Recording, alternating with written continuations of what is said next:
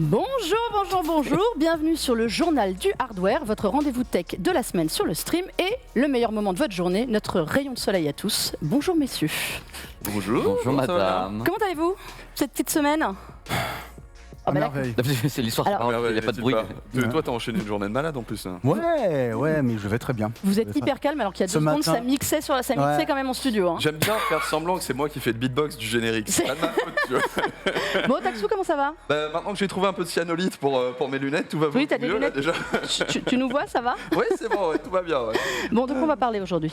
On a beaucoup de choses. Disons que dans les news, on va parler assez nerdy de mon côté avec Oppo qui préparait sa propre puce. Hein. Mais sinon, mon petit chrono aujourd'hui. Alors, t'as encore plein de choses à nous raconter. on va parler jeux vidéo, on va parler moteur de jeux vidéo. Et puis surtout, je suis très content parce qu'avec nous, on a Michael Moreau, qui est représentant presse chez Intel, n'est-ce pas? Exactement. Et du coup, on pourra lui poser toutes les questions qui nous passent par la tête. Regardez-moi bien, vous avez des questions, c'est dans le chat. Et moi, Pépé, n'importe qui, Je sais pas qui c'est. on se charge de lui poser les questions, des questions, mettez-le mal à l'aise. Des questions sales. Posez-lui faire du toutes sale les questions dans un endroit que vous voulez. propre là tout de Il suite. a dit, je suis tanky, je suis là, c'est bon. Quoi. Allez, allez-y. Ouais, comme vous voyez, au JDH, on se sait recevoir. C'est un plaisir. Hein, Pépé, comment ça va? Ça va, je suis super content d'être là. Je suis très content. Puis en plus, pour une fois, je vais jouer le rôle du Candide complet. Parce que en général, je viens toujours vous gonfler avec des tas de trucs du genre moi, j'adore. symposium, mes grosses barres de son et tout. Le truc. Et puis là, j'ai presque pas grand-chose.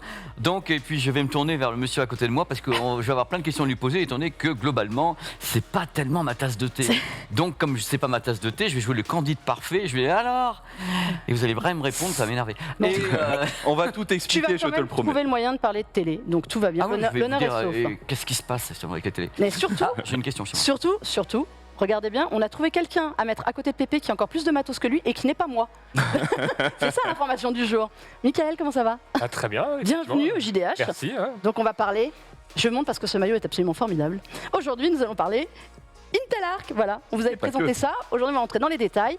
Donc tu vas tout nous dire. Avec plaisir. Plus de secrets. C'est une carte graphique qu'il y a dans les PC. On ne spoil Je pas. connais HDMI Arc, mais. Messieurs, un peu de tenue, on ne spoil pas le dossier. Ce sera pour tout à J'explique l'heure. à Pépé. Voilà, on se tient. Ok, ça commence bien, il va falloir faire la loi. Bon, tout de suite quand même, on va y aller parce qu'on va pas perdre de temps. Les news.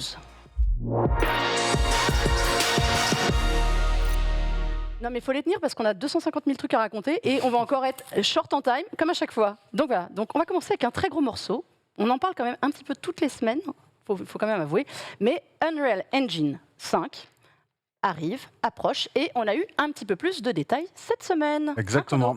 Le gros du détail, et c'est le plus important, et c'est une news qui m'a vraiment fait vibrer, c'est simplement qu'il est maintenant vraiment disponible. Plus d'accès anticipé, que de la démo ou bien de la parlotte potentielle de ce qu'on peut faire avec ou pas, ou ce qu'on peut voir avec. Non, là, ça y est, le 5 avril, le moteur est rendu disponible pour tout le monde. J'allais dire pour tous les développeurs, parce que c'est les développeurs qui vont s'en servir au maximum, mais n'importe qui, toi, moi, lui, on va sur le Epic Game Store, on va dans la partie Unreal Engine, on appuie sur un truc, et puis c'est bon, on peut faire joujou avec. Et comme d'habitude, ce qui est intéressant, c'est que, exactement comme avec le Unreal Engine 4, Epic permet, avec la licence standard du moteur, de faire joujou avec gratuitement, de sortir des jeux vidéo avec ce moteur-là, et ne prend de commission dessus qu'à partir d'$1 million générés avec le moteur. Il y a un peu de temps. Donc, franchement, c'est un bon moyen pour eux de se faire que les gens l'utilisent en fait plus qu'un autre, même s'il me semble que Unity a quand même des choses à peu près équivalentes en termes de je me souviens plus exactement ce qu'ils ont, mais il me semble qu'ils ont un truc dans le genre. Et puis de toute façon, comment il s'appelle de toute façon, Epic, eux, ils ont aussi beaucoup de partenariats avec les développeurs un peu partout à gauche à droite, qui font que quand tu utilises leur moteur ou quand tu sors sur leur plateforme, il y a des moyens de s'arranger, il y a des moyens de financer, il y a des trucs. Donc ça, c'est vraiment très intéressant. Donc on en a déjà parlé, hein, Unreal Engine 5, on a vu des démos, des vidéos qui nous en ont mis plein la gueule. Notamment, la démo, récemment, c'était la démo de Matrix qui tournait sur une PlayStation 5. On a vu dans le JDH sur une PlayStation 5 ou sur une Xbox Series X, et n'importe qui avait une des consoles pouvait télécharger et voir un peu ce que ça donne. Et en général, c'était quand même, on se disait, ok, c'est vraiment joli, on le voit en temps réel, on le voit pour de vrai. La ville qui est issue de la démo de Matrix, elle est disponible, l'asset, je ne sais même pas si on peut appeler ça un asset, mais en tout cas, la ville... Maintenant, oui, mais fut un temps, c'était pas si grand un asset. Voilà. Incroyable, mais allons donc. Hein. En tout cas, la ville est disponible, donc c'est-à-dire que tu peux prendre la ville et puis créer quelque chose dedans. D'ailleurs, D'ailleurs, D'ailleurs- il y a des petits malins avant nous qui l'ont fait. bah ouais, Dites il y a donc. il y a des gens. Moi, j'avais vu passer vite fait. Et effectivement, Melinda, tu m'as dit tout à l'heure, est-ce que tu as vu qu'il y a un gars qui a fait une simulation de Superman? Bah ouais, il y a un monsieur habillé en crash test. Il a pris une sorte d'asset de personnage Je crois basique. qu'on a la vidéo, justement. Et il a, C'est n'importe il a quoi. fait Superman dans la ville. Et c'est quand même. Voilà. Ça. Moi, c'est ça que j'aime quand les Regardez moteurs ça. ils sont Ah, ouais, je gratuits. trouve C'est ça. les gens qui peuvent faire n'importe quoi avec et nous mettre des bons mèmes sur Internet. Tu vois, c'est ça qu'on veut. Voilà. Moi, je trouve ça prometteur. Et puis- cette petite démo, Ouais. je te disais, elle arrive sur PC, la fameuse démo Matrix Awakening, c'est ça Ouais, tu veux dire mais qu'on sans avait Matrix. eu sur console, mais Sans Matrix. C'est-à-dire que, d'après ce que j'ai compris, c'est vraiment la ville qui est disponible, donc la ville dans laquelle était le setting de la démo jeu Matrix Awakening. Donc là, c'est pour ça qu'on peut avoir ce genre de choses-là. on peut faire ce qu'on veut. Exactement. Donc en gros, tu pourras mettre 2 assets de mon petit poney et puis les faire se balader dans la ville de Matrix, pourquoi pas, parce que tu en as envie. Donc écoutez, ça veut dire que là, en fait, on entre dans quelque chose de très concret. Véritablement, où on savait déjà que notamment les développeurs de Stalker 2, j'ai oublié comment s'appelle Le studio, non, pas le studio, enfin oui, le studio, j'ai oublié, c'est GSC Gameworks, je crois, de tête. Ah putain, Mika, il se fait par contre, le sous-titre Earth of Chernobyl, mais je crois qu'ils ont changé vis-à-vis de l'Ukraine, enfin, j'ai pas très bien compris, parce que c'est un studio ukrainien. oui, Ils étaient sous Unreal Engine 4 et ils sont passés sur l'Unreal Engine 5, ça fait quelques temps, ils avaient déjà prévenu. On sait que The Witcher, le prochain épisode, 4. Next Saga, n'est-ce pas, sera sous Unreal Engine avec un partenariat avec Epic. On sait que le jeu de... De coalition. Alors, ça, je ne sais pas. On va en parler dans un petit moment. Mais par contre, Hellblade 2, c'est Unreal Engine 5. J'en ai oublié un qui est sous Unreal Engine 5. Tomb Raider aussi, un nouveau Oui, le Tomb prochain Raider Tomb Raider, ouais. a été annoncé par Crystal Dynamics, sous Unreal Engine aussi. Donc, on Il y va a dire plein de que... jeux, on a une dizaine de jeux quand même qui Ouais. sont déjà annoncés. Et puis ou Fortnite, nommés. qui est un jeu qui tourne déjà sur le moteur Unreal Engine 5. Epic étant aujourd'hui en plus éditeur, publisher, tout ce que vous Ouais. voulez, ils vont un peu pousser à aller et dans puis- ce sens. Et puis surtout que, on va dire que depuis Unreal Engine 3, on avait vraiment beaucoup de jeux sur ce moteur graphique. Et l'Unreal Engine 4 a quand même assez rapidement prouvé qu'on pouvait faire, pas toujours avec la même patte visuelle un peu marron caca qu'on avait sur l'Unreal Engine 3. Tu te Bah, rappelles, c'est quoi classe, très classe. Pour aller dans ton sens, Guilty Gear Strive, qui est un jeu ultra animé machin, ou Dragon Ball Fighters, d'ailleurs, ils sont sur Unreal Engine. Alors que Exactement. c'est du cel shaded, ça ressemble à du manga, enfin pas du Ou- manga, de l'animé ou des trucs comme ça. Et pour aller dans ton sens, qui va dans mon sens, Tales of Arise, avec son côté un peu Tout à aquarelle, fait. c'est dans Unreal Engine, Ouais. Bioshock, etc. Enfin bref, ça c'est du 3, mais c'est pas grave.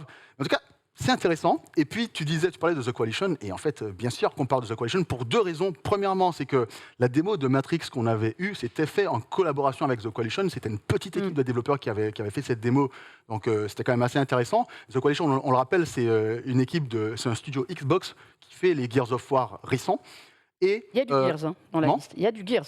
Gears of War, il y a un jeu qui est annoncé normalement je savais pas, mais ça fortement m'étonne pas. murmuré. Ah, ok. J'ai Mais mis ça la m'étonne- liste, j'ai mis m'étonne une pas. liste à notre Ça ami m'étonne Borvo qui sévit en régie avec talent m'étonne pas. pour justement avoir les premiers jeux.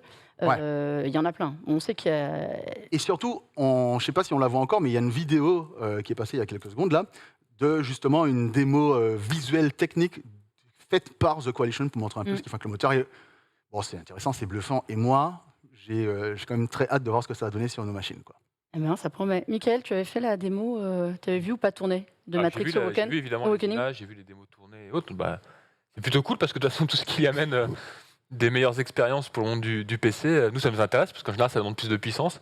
Donc forcément, on une est bonne nouvelle. content. C'est une bonne Exactement. nouvelle chez vous aussi. Ouais, ah bah, tout à fait, ouais. Et d'ailleurs, un petit truc dont je viens de me rappeler, que j'ai lu vaguement ce matin, que tu pourras peut-être confirmer, c'est qu'il me semble que Unreal Engine 5 est aujourd'hui a plus de facilité à porter les jeux vers Linux également.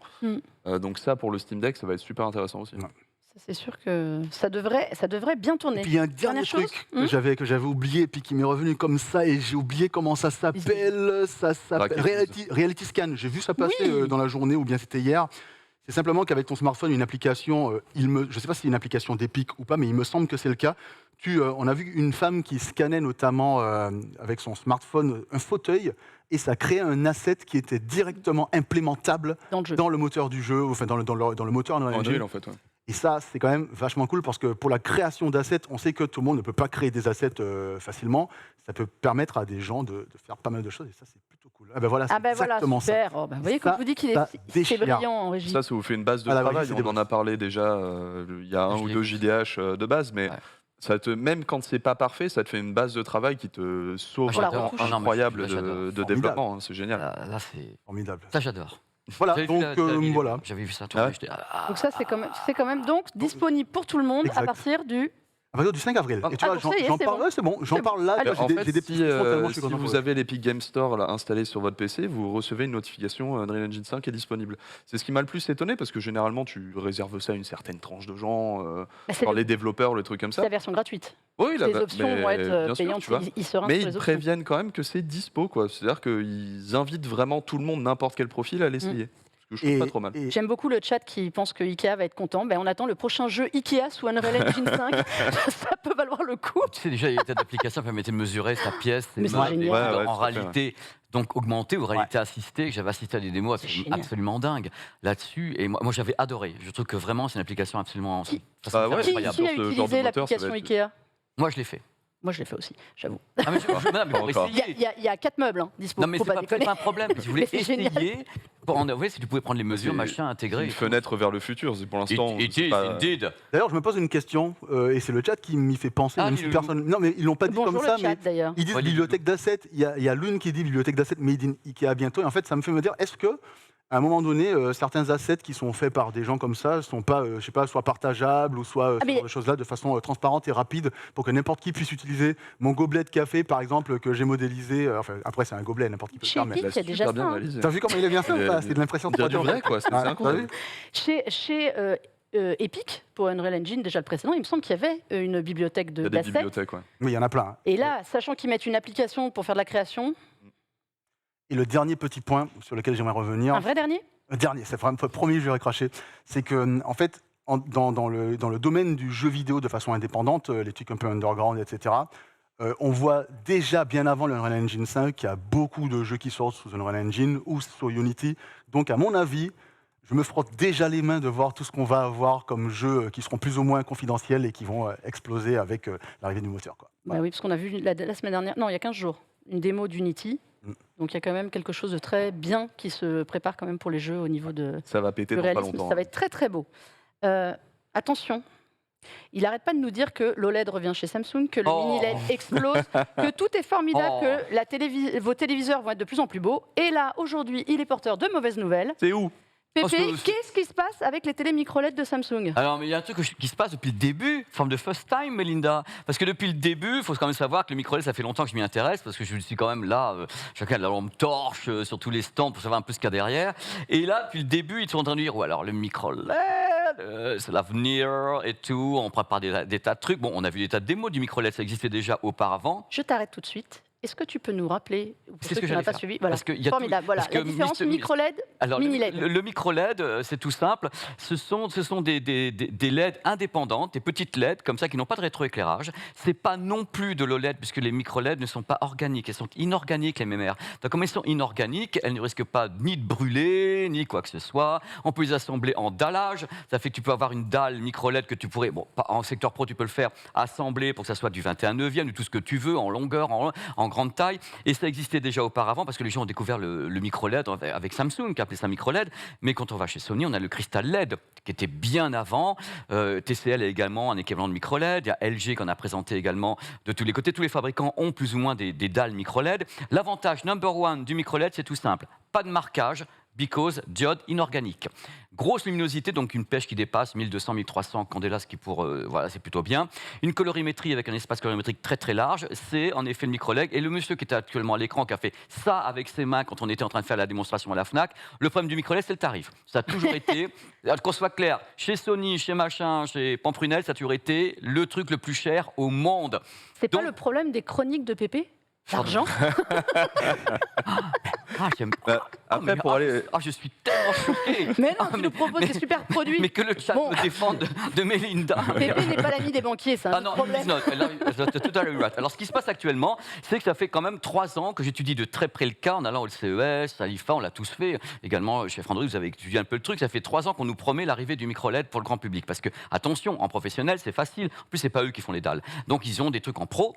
Mais en grand public, déjà, il y a 4 ans à New York, ils montraient le premier 75 pouces micro-LED. Moi, j'étais à côté, j'ai esclaffé, je pouffais. J'étais là, vous êtes gentil, ça coûte combien? C'est pas que ça coûte, ça arrive bientôt. Parce qu'ils avaient déjà... Non, mais c'était à 4 ans. Il y a 4 ans. Et puis en plus, tu sais, l'aplomb, c'est la tête haute en disant mais ça arrive. Je dis 75 pouces. Donc, déjà, ils avaient fixé une diagonale. Parce qu'avant, on avait des trucs avec du dallage, tu vois, de tous les côtés. Et là, ils avaient dit 75 pouces, qu'on n'a jamais vu. Mais jamais, il n'est jamais arrivé. Par contre, j'ai fait le reportage ici, comme vous voyez, à la FNAC. Donc ça, c'est une extrait SOS, mais je suis allé à la FNAC voir le produit. Qui était à ce moment-là, quand je suis allé, il y avait, donc ça devait être un 101 pouces. Et ils ont dit, ah là, il arrive, hein, il est là, il est là, il est là. Et aujourd'hui, j'apprends quoi? Bah oui, alors il y a un petit problème, il devrait arriver. Puis maintenant, on est au 3e trimestre 2022. Donc au fur et à mesure, tu vois, on arrive vers les... Voilà, c'est d'Hyprofondis, quoi, quelque part. On va arriver à 2023. Le seul problème qui est connu sur cette technologie, c'est simple, c'est 1 pouce égale 1 000 €. C'est pas compliqué. Wow. Donc, quand on m'a dit, enfin, même un peu plus, parce que je crois que le 89 ça fait valait quand même- 100 000. Est-ce que ça ferait pas énormément de pognon? Il l'a dit, Pépé. J'ai fait les calculs, là, je me dis, waouh! It is money. Alors, pour les petits loulous du chat qui auraient des petites questions, le mini-LED, c'est le rétroéclairage de quelque chose. C'est-à-dire des mini-LED. Le micro-LED est auto-émissif. Il n'a pas besoin d'un rétroéclairage. C'est son avantage. Et il ne crame pas. Il peut avoir une luminosité. Ils annoncent un truc, genre un peu ce que fait Sony, le cristal LED. Un petit peu, il faut vraiment y aller à coup de marteau derrière. Tel qu'on me l'a toujours présenté, c'était les meilleurs avantages de l'OLED avec les meilleurs Il y a avantages du les deux LCD. et voilà. technologies regroupées. Les meilleurs avantages. Donc ça justifie un minimum le prix quand même. Ben oui, c'est un secteur pro. Ouais. C'est un héritage du secteur pro. Et quand il continue à me dire ça va arriver, quand je continue à connaître le tarif, parce que le 89 pouces c'était à 100 000 €, à ma connaissance, et le 101 pouces c'était à 130 000 €. Et quand ils ont dit, parce que je suis quand même un mec, quand ils ont mis sur les sites enfin le micro-LED pour le grand public, j'étais en train de pouffer. Je dis, mais à quel moment vous pouvez dire ça, sachant que si ça se trouve dans 10 ans, ça sera toujours ce tarif, c'est hyper compliqué à fabriquer. Et en plus, ça dépendra du dallage et de la façon dont ça va être fait. Donc le micro-LED va arriver, il arrivera tôt ou tard, mais pour qui? Pourquoi? Pour les devantures des magasins, pour les Hilton, les trucs comme ça. Donc n'attendez pas le micro-LED pour le moment, continuez à acheter des téléviseurs et de vous ruiner à côté de mes vidéos, et tout ira bien, messieurs, dames, et bonne année. Ils nous ont énervé, Pépé. Ah, Un non, truc de mais fou, quoi. Mais non, mais je rêve, moi, je suis un rêveur, je rêverais que ça arrive directement à un prix acceptable, mais ça ne peut pas être acceptable. Mais on t'a dit ça arrive. Entre 0 et 10 ans, ça marche. Alors là, Melinda, arrive. tout à fait d'accord. Alors là, madame, oui. Donc c'est pour faire voilà, on a le micro-LED avec le petit design et tout. Mais c'est passionnant, c'est une technologie, Melinda, qui est passionnante. Mais oui, il y a Elle plein de l'est. questions dans le chat. Oh, les petits J'aperçois loulous. pour toi. Les petits Alors, on loulous. demande s'il faut vendre sa maison pour acheter une télé. Ah oui, mais La c'est une réponse question- est oui. Une question carrément, intéressante sur le bah là, plasma, parce que ce que dit c'est Enix X7. Rappelez-vous du prix du plasma. Le plasma a été lancé, il coûtait l'équivalent de 120 000 francs Ah, à c'est l'époque, tellement cher. 80. Premier que j'avais, je l'avais vu même pas en vrai, 92 je crois. Mais attention, c'était un 42 pouces 42. à 120 000 francs qui devenait orange au bout de 18 mois. C'est-à-dire qu'il y avait les problèmes d'UV et autres. le Donc il y a des plasma, mecs qui ont payé ce truc-là, le plasma, au Wow. début, mais le plasma n'a jamais été aussi cher qu'est le micro-LED par rapport à sa diagonale. Le micro-LED, c'est vraiment la technologie la plus performante, la plus onéreuse, et en même temps, ce qui fait rêver les gens, c'est le modulaire. C'est-à-dire tu peux en effet daller, c'est-à-dire qu'il y a des démos où tu as un truc qui manque, tu rajoutes les dalles, tu reconfigues donc le logiciel pour qu'il s'adapte, et tu peux faire donc les définitions que tu veux, les formes que tu veux. Donc voilà, c'est pour le pro à la base. C'est vrai que les petits loups qui disent à la base c'est du secteur pro qui arrive en grand public, donc tu auras une latence. Et c'est du pro, c'est du pro. Le reste c'est pro, et tu restes c'est du pipeau pour le moment. Ça rime, hein, c'est beau. Ça arrive, c'est beau. Il est Oh là colère. là. Mais j'aime tout, je le veux, et à prix pas cher. Tu es colère. J'aime pas ça. Ah non, je suis pas colère. Mais qui, de toute façon, Melinda, comment être colère? Personne n'attendait de pouvoir l'acheter. Non. Juste de voir la techno comme toi. Non, mais voir la techno un peu plus mieux que je l'ai vu à la FNAC, et se dire que peut-être il y aura quelques espoirs, hein, qu'on puisse dire aux gens, dans 5 ans, ça va être bon. On peut rien dire là, parce que c'est une annonce qui reste encore dans le vide. Moi, j'adore Samsung, mais c'est des annonces là. Ouais. Je les adore, I love you, but I want this product, but without the price and for everybody. Voilà. Ok. Ben, Noël, c'est dans quelques mois. Je crois pas. Voilà. Bon, on reparle jeux vidéo, rapido. Ouais, en plus Petite là, annonce intéressante, je trouve. intéressant. Ce sera pas Qu'on très pourra long. avoir peut-être un jour sur ces télés, qu'on commence à pouvoir avoir sur Mais ces bien téléviseurs. sûr, ce sera pas très long. Il y a jeux vidéo, il y a cloud, il y a Otaksu, il y a moi. Voilà. Comment veux-tu? On est bien. Bah, comment On veux-tu est que pas les choses bien, se là. passent mal, franchement? Non, on va parler C'est beau, de ce carnage. GeForce Now. Pourquoi on en parle cette semaine? On sait que tous les jeudis rajoutent des jeux à leur catalogue, etc. Voilà. Mais en fait, ce jeudi, il y a un petit truc qui a changé. C'est que maintenant, ils permettent simplement d'avoir des démos gratuites directement, sans avoir besoin de posséder le jeu en question sur Epic Games Store, sur Steam, etc.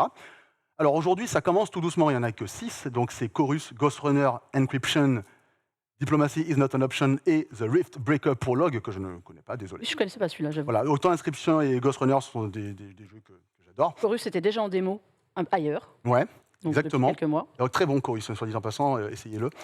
Eh bien, c'est intéressant parce que du coup, il s'agit de s'inscrire au service GeForce Now de NVIDIA, en mettant s'abonner gratuitement si vous essayez la version à 0 €, qui est limitée en termes de performance, mais qui permet d'avoir un avis là-dessus. Et en fait, surtout, ce qui est intéressant avec, par exemple, Ghost Runner, c'est que c'est un jeu qui est full RTX. Donc, du coup, vous aurez vous aurez une manière concrète de voir. C'est un moyen d'essayer une des formules les plus chères du truc, en fait. quoi. Exactement. Donc, Après, je sais pas. Non, en fait, je raconte peut-être une bêtise parce que dans la version gratuite, c'est pas des cartes RTX de toute façon. Mais si vous avez un abonnement, il y a l'entre-deux qui est compatible ray tracing. C'est le premium ou non, c'est pas le premium. Prioritaire, voilà. Prioritaire. Ouais, Qui, normalement est compatible ray tracing. mais lui, Ça doit être il faut le payer. Mais il faut le payer. Ouais. Mais sur ces démos, je crois que ça tourne du coup sur un format D'accord. prioritaire pour au moins voir un Ah, peu de ok. ray tracing. Ah, ben, tu vois. Alors, c'est à partir du prioritaire Me RTX 3080, tu peux avoir le droit, si les démos le permettent. Ouais. Donc c'est le cas de Ghost Runner par Ouais, exemple. Ghost Runner, tu as c'est le le cas. RTX et tu as le DLSS sur Chorus, Exactement. je crois bien. Et Donc, Ghost ça Runner, il a permet les deux. de je crois, tester le de toute façon. service en Voilà. dans de très très bonnes conditions pour le coup. Surtout, vous n'avez pas besoin d'aller vous connecter à Ouais. Steam ou à Ouais. Epic, ça c'est quand même Exact. pratique. Ouais. Et Il faut honnêtement, quand même- j'ai testé, c'est très très rapide. Ouais, bah, il faut quand même il faut en tout cas s'inscrire sur le service de NVIDIA. Il faut être abonné, gratuit ou payant. Voilà, il faut être abonné Faut un et après compte vous NVIDIA, pouvez, quoi. vous pouvez essayer le truc. Donc ça c'est plutôt cool. En fait, c'est surtout une belle promesse pour l'avenir parce que là on a des jeux, je sais pas s'il y a eu une démo de Ghost Runner sur Steam. Il me semble que oui. Il y avait une démo de Ghost Runner sur Steam à l'époque, mais en tout cas, Ouais. c'est plutôt cool parce que vous jouez directement sur les serveurs de NVIDIA et fatalement, ça veut dire que plus le temps passe, comme ils le font avec les ajouts tous les jeudis, j'imagine qu'on aura aussi des ajouts de démos au fur et à mesure que le Ouais, temps puis va il y a passer. des ajouts technologiques, hein, parce que dans l'absolu, c'était il y a 1 ou 2 semaines, l'accès sur les Chromebooks est sorti de bêta. Mhm. Donc il y a eu cette annonce-là aussi. Et récemment, ils ont fait une présentation plus du côté du B2B. Avec il me semble que c'était un constructeur de tracteurs ou que sais-je, mais il y avait une démo 3D à l'intérieur de ça où tu pouvais lancer la démo en un clic sur ton navigateur web par GeForce Now, sans même avoir de compte ou de trucs comme ça. Ok. Donc cette techno, il la prépare pour l'instant, c'est que du B2B, mais cette techno, pour sûr, je pense qu'on la verra dans le B2C aussi après, et on pourra lancer nos jeux comme on le faisait sur Stadia. Ouais. Et ça c'est cool. Ils ont Voilà. fait un appel du pied, en plus à d'autres développeurs directement, puisque, comme je dis, ça ne nécessite rien du tout. Donc ils ont promis qu'il allait y en avoir de plus en plus. L'avantage, alors c'est via l'application ou via l'application web. Ouais.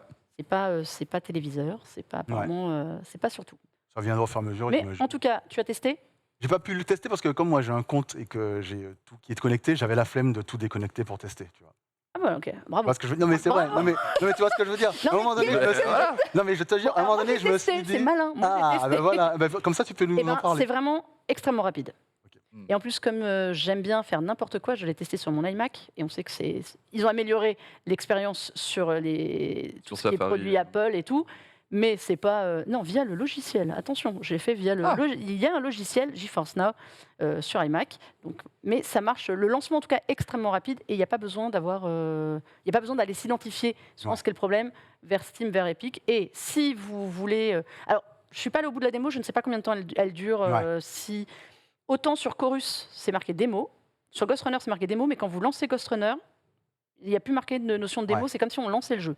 Donc je ne sais pas si c'est en durée ou pas. Si vous voulez acheter le jeu, évidemment, vous êtes orienté derrière vers Steam ou Epic, et là, il faudra évidemment créer un compte. Ok. Mais ça marche, en tout cas, la promesse est là, ça marche très très bien. Et ça promet Parenthèse. pour la suite avec d'autres trucs qui vont arriver au fur et à mesure. Quoi. Et encore un nouveau moyen bien efficace de tester si le cloud gaming passe bien sur sa connexion ou des trucs comme ça, Exactement. avec vraiment pour le coup un exemple concret. Quoi. C'est un jeu vidéo, t'as même pas besoin de t'inscrire, tu l'as. Enfin, Mm. c'est propre. Mais ça commence à être propre. Voilà. Et Bon, c'est tout pour moi. c'est pas mal. Mais bon. Et oui, utilisateur, GeForce Now, oui. Otaku aussi. Michael, je te demande ou pas si je te sers de la concurrence. Ah bah, Non. moi, j'aime tester tout ce qui peut être Et alors, t'as testable. testé? Et non. Ah bah voilà. Bah, Parce que merci. non, mais j'avais pas une bonne connexion jusqu'à très récemment chez moi. J'avais pas la fibre. Hmm, Là, c'est c'est arrivé il y a quelques semaines, donc du coup, je me suis jamais vraiment lancé dans le test. Jamais tenté. Après, en vrai, ça, il faut que je le rappelle à chaque fois aux gens, mais pour le cloud gaming, il n'y a pas besoin de la fibre. Ce qu'il faut, c'est une connexion stable. c'est le truc le primordial en fait pour le cloud gaming. Parce Elle que était dès pas que t'as stable non voilà, plus, ouais. dès que t'as un ADSL Donc, qui fait oui, ça c'est mort. J'avais des cuts très, Ouais, très donc réguliers. forcément, Donc, quoi. Bah, c'est là où c'est important de pouvoir justement tester le service. Par contre, ne pensez pas que si vous n'avez pas la fibre, vous êtes forcément bloqué du cloud gaming. C'est faux. Non, Ça peut tourner sur c'est un nettement 11-12 amélioré. mégas, ça s'est amélioré comme C'est nettement amélioré. surtout en vérité chez Nvidia pour le moment. Shadow aussi le fait très bien. Si on a une connexion stable à 11-12 mégas, ça va très bien passer aussi en fait. Chez Stadia, ça marchait très bien. Stadia aussi, ouais, j'avoue. Stadia, non mais, je sais, je suis l'une des dernières à utiliser Stadia. Encore Stadia, c'est ton Chrome OS Non, en fait. aujourd'hui, Ça m'arrive encore, oui, Wow. exactement, monsieur. ils existent ces gens-là. Exactement, heureusement qu'on est là. Non, mais il faut avouer ce qui est, c'était technologiquement le truc le plus stable Ouais. pendant très longtemps. Donc voilà, j'ai encore quelques jeux qui ça me fait marrer, donc je fais. Oui, on est 2 en France à jouer encore à Stadia, c'est ok. C'est pas grave, j'assume. C'est bien, et on est dans les temps, on tient un timing d'enfer. Je N'est-ce pas suis tellement bluffée. Quel Ça va professionnalisme. partir en sucette totale Mais c'est après. total. Donc on a le temps de parler un peu ray tracing pour rester un peu dans l'ambiance. Et on parle vieux jeu. Un petit Doom ray tracing qui a fait son apparition pour le plus Alors grand là- bonheur des amateurs de n'importe quoi. Alors nous pour le sommes. coup, Doom qui récupère le ray tracing, c'est assez incroyable, Doom- particulièrement parce Doom- que ce n'est pas Doom 2016. C'est pas Doom, C'est Doom 1993, mes amis. Le vrai du vrai. 1993, l'original. Alors en fait, c'est sorti le 1er avril, donc l'émission dernière, mais les gens ont tellement cru que c'était faux, en fait, que c'est un peu passé à côté. On s'est rendu compte cette semaine que ah mais non, il l'a vraiment fait. Mais oui. Le modeur s'appelle Sultimity et a en fait refait tous les éclairages du jeu vidéo en ray tracing avec path tracing en temps réel. Les 3 premiers épisodes du coup sont supportés. Avec le reste du jeu qui devrait arriver sous peu. Par contre, évidemment, pour le moment, il y a besoin d'un GPU Nvidia pour pouvoir en profiter, parce qu'il s'est basé sur les technos Nvidia en place. Mais le modeur a déjà annoncé qu'il était chaud pour le porter sur Linux sous peu, et d'étendre un petit peu le truc. Par contre, si vous voulez profiter du mode, il vous faut le fichier doom.wad original. Déjà de base, et il vous faut Professor Boom qui est un portage source en fait du code de Doom originel. Mais voilà, vous pouvez déjà en profiter. En fait, c'est pas le seul jeu un petit peu rétro qui a profité de ce genre de choses. On se souvient qu'à l'époque, toi, tu dois t'en souvenir particulièrement, il y avait Quake 2 Exact. qui avait C'est eu le vrai. droit au ray tracing. Et Là, Nvidia l'avait repris sous sa houlette assez rapidement d'ailleurs. Ouais. Bah, il y avait toutes les vidéos avec RTX sur le côté, Ouais. des trucs comme ça. Ça faisait partie de la com de base du truc, quoi. Donc voilà, un truc toujours un petit peu original et intéressant de voir. Doom est clairement immortel. Ce jeu, c'est incroyable. Qui hein. a joué au premier Doom? Moi, j'ai été Seulement. traumatisé. J'étais très jeune. j'avoue J'étais que moi très aussi. jeune et en plus Je l'ai pas fini, mais ouais, traumatisé. j'ai fait. C'était- Mais non, mais j'ai ma question. Doom, c'est drôle en ray tracing, mais est-ce que c'est Doom? Franchement, oui. Tu vois, moi, j'avais pas C'est vu ça, ma grand-chose de ce question. que j'en ai vu. Moi, je trouve que c'est clairement Doom et Madame, je veux dire. Doom, Aïe. Doom fait partie de notre école, l'école du gameplay. D'accord. Les Doom est graphismes n'y éternel, changent rien. dans Voilà, le c'est chat. pour ça qu'il est éternel, exactement. Et Il est donc trop Doom beau. éternel. C'est l'école du gameplay. L'école du gameplay, tu ne peux rien y faire. C'est moche, c'est beau, on s'en fout, c'est trop bien. Et en plus, moi, je trouve que ça marche plutôt bien parce que la beauté graphique apportée par l'éclairage ray tracing, je trouve, ne dénature pas en fait le projet. Et ça me rappelle, j'ai l'impression, un peu comme ça, vu rapidement, que ça fait comme, vous savez, les portages 3D HD de Square Enix. Là. Vous voyez de quoi je parle ou Ouais, pas complètement, ouais. Genre Dragon Quest 3 qui va sortir bientôt, ou bien, comment ça s'appelle? C'est pas Octopath? Non, c'est pas si, Octopus Traveler? si, il me semble qu'Octopath, avec les éclairages et tout, hein, tu vois, Ah, la 2D HD, tu veux dire 2D HD, c'est ce que Ouais. je voulais dire. En fait, ça me rappelle ça dans le traitement avec juste l'éclairage, etc. Ouais, et moi, je trouve que c'est super joli. En vrai, rien que pour le fun, je relancerai pas le vieux Doom aujourd'hui, à part, tu sais, À part les sur une Ultimate. cafetière. Non, les Ultimate Doom qui sortent là avec, ils sortent des Doom modés de. Ah oui, fou, ouais. avec des trucs de malades qui ont l'air vachement cool. Ça, oui, je peux relancer. Par contre, le Doom classique, non. Mais un ray tracing, je me dis.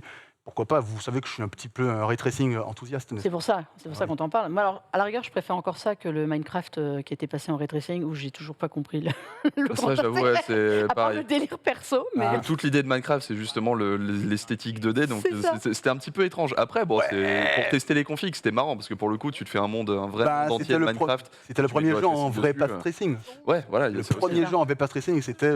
Et dans c'était, dans le chat, alors qu'est-ce qu'on nous dit? Le Quake RTX à vomir quand même. Ah oui, c'est un peu cash. Est-ce que vous êtes pour, dans C'est à le chat, l'ancienne, on va dire. pour ou contre d'aller mettre du ray tracing sur des vieux jeux ou pas? Quand c'est un mode comme ça pour le fun, C'est quand drôle, c'est fait non, mais par la c'est drôle, communauté, mais- oui. Alors par contre, Est-ce que ça aurait tu été ferais tout un jeu annoncé. comme ça Ça aurait été annoncé par ID à base de on vous a fait ça pour 20 balles, j'aurais fait. Ah ouais. Non. Tiens. Par contre, un modeur qui s'amuse, ça c'est très très cool, au contraire. Bah, écoutez, pourquoi Après, pas c'est vrai que Qu'est-ce qu'il y a Géréon qui dit ne pas viser vers le haut de nos jours, c'est dur et je suis d'accord avec lui. C'est vrai que Doom, moi je me rappelle, mon père il jouait en trackpad. Vous connaissez pas si les souris avec la boule au centre. Ça, là. Ouais. Ah, et il se déplace. Je connais ça. Et il se déplaçait comme ça pour Ah, mais avancer, ouais, mais il ça, tournait, c'est- il tirait, il C'est se déplaçait presque, comme ça. Ouais. Il C'était, l'a oublié, quoi. C'était comme ça qu'il jouait et en fait, il n'y a pas besoin de viser à la verticale parce que ça arrivait avec Doom 2, la vise à la verticale et Ouais. là du coup c'était vachement cool. C'est pas le gros délire dans le chat quand même. Je vous ai connu plus. C'est oui, c'est un petit oui, En mais même c'est temps, un petit oui. 93, il y a un moment. Ils sont trop jeunes. Ils sont trop jeunes. Il hein, n'y je a pense plus que grande c'est ça. personne. Big up à la team 93, j'ai envie de dire quelque part. Quoi. Mais c'est vrai que vous sont un peu trop jeunes. Mon petit Otaxu, on continue avec toi. Sur un Yes. sujet qui n'a absolument rien à voir. Alors là, pas du tout. Là, je vais endormir Popo, ceux qui ne qu'est-ce suivent qui pas se trop. passe Je suis désolé, Pépé, Alors- mais je Non, vais mais tout non, en mais- général, c'est moi qui vous. Pépé, mais Pépé, on peut lui parler Oppo quand on peut lui parler. On peut lui parler smartphone, on peut Parle lui parler écouteur. Et là, on va lui parler Oppo. Soc. Ok, alors que je vous Je suis explique. au courant. Attention. Je suis au courant. Avant même de parler justement de cette news, j'aimerais faire un petit point technique parce qu'il y a beaucoup de gens qui font cette erreur aujourd'hui. Vous savez ce qu'est un CPU. Fondamentalement, c'est le processeur qui prend les informations, qui les calcule, etc. etc. On en a Le un truc- ambassadeur ici d'ailleurs. Ça va partir. celle-là. Exactement. Et Ça c'est pour part ça. en live, là, ça y est, c'est bon. Oh, comme si cette news était faite pour faire une transition. Et donc, On a la déco, en fait, regardez. On a quand la vous déco, parlez- voilà, mec. la déco dorée qui plus est. Oh là là là. Voilà. On a un processeur, Donc, voilà. ça, c'est ce qu'on Regarde va un appeler. petit processeur. Oh, Puis merci. les petits loulous du chat, ils Voilà. y vont avec Oppo. Ça, hein. c'est ce qu'on va appeler un processeur, même si dans les faits, vu que tu as un AI GPU dedans, c'est plus tout à fait ce que je veux dire. Mais fondamentalement, c'est lié à un Tiens, c'est l'autre. processus particulier, précis. Le truc, c'est que aujourd'hui, les processeurs, comme on les appelle, ça n'existe plus. La plupart des choses que l'on appelle des processeurs, ce sont des SoC. Pourquoi ? Parce qu'en fait, le processeur n'est qu'une seule partie d'une puce que vous allez retrouver finalement dans vos mobiles, qui intègre aussi un modem, qui intègre aussi le GPU, donc la carte graphique, qui intègre de quoi faire les calculs de l'intelligence artificielle, de quoi faire les calculs de l'appareil photo, etc. etc. C'est ce qu'on va appeler un SoC, justement, pour System on Chip. Donc c'est tout le système sur une seule puce, alors que le CPU, le processeur, n'est qu'une infime partie de ce SoC. Pourquoi je vous dis ça ? Parce que Oppo serait en train de travailler, selon IT Home, sur son propre application processor. Donc là, on serait sur un processeur dédié pour les puces mobiles, mais uniquement dédié au lancement des applications, D'accord. qui intégrerait dans des smartphones à partir de 2023 sur une gravure à 6 nanomètres de TSMC. Mais ce ne serait que le début, parce que juste après ça, en 2024, il serait prêt à faire son propre SoC, comme l'a déjà fait Apple avec le M1, Je le fais. comme l'a fait Samsung et comme le Huawei. faisait Huawei. Je ne sais plus s'ils ont Si, ils en continué font les encore. Kirin, je sais Si, plus. ça continue les Si. Ouais, voilà.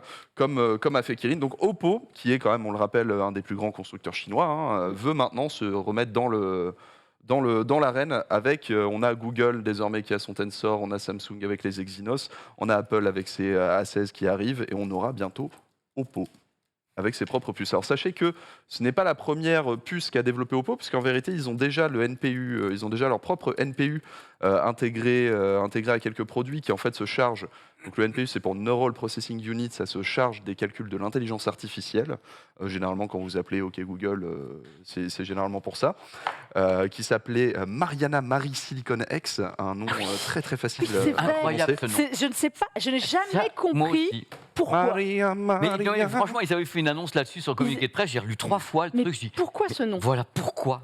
Je pense que c'est un petit peu chantant, ils aiment bien. Non, tu vois. mais. Non, mais- Moi j'aime beaucoup. Ah, je Non, vais mais c'est l'appeler drôle. Juanita aussi la prochaine C'est- fois. c'est- Juanita et. Ah, c'est un J'ai NPU, hein. du Santana dans la tête à chaque fois que je le lis, mais pourquoi pas. Et donc là, du coup, d'ici 2024, on aura vraiment un SoC entier qui, du coup, devrait normalement intégrer CPU, GPU, modem, NPU, ISP, etc., etc. Par contre, ce SoC ne serait pas du tout fait pour le haut de gamme, mais plutôt pour l'entrée et le milieu de gamme.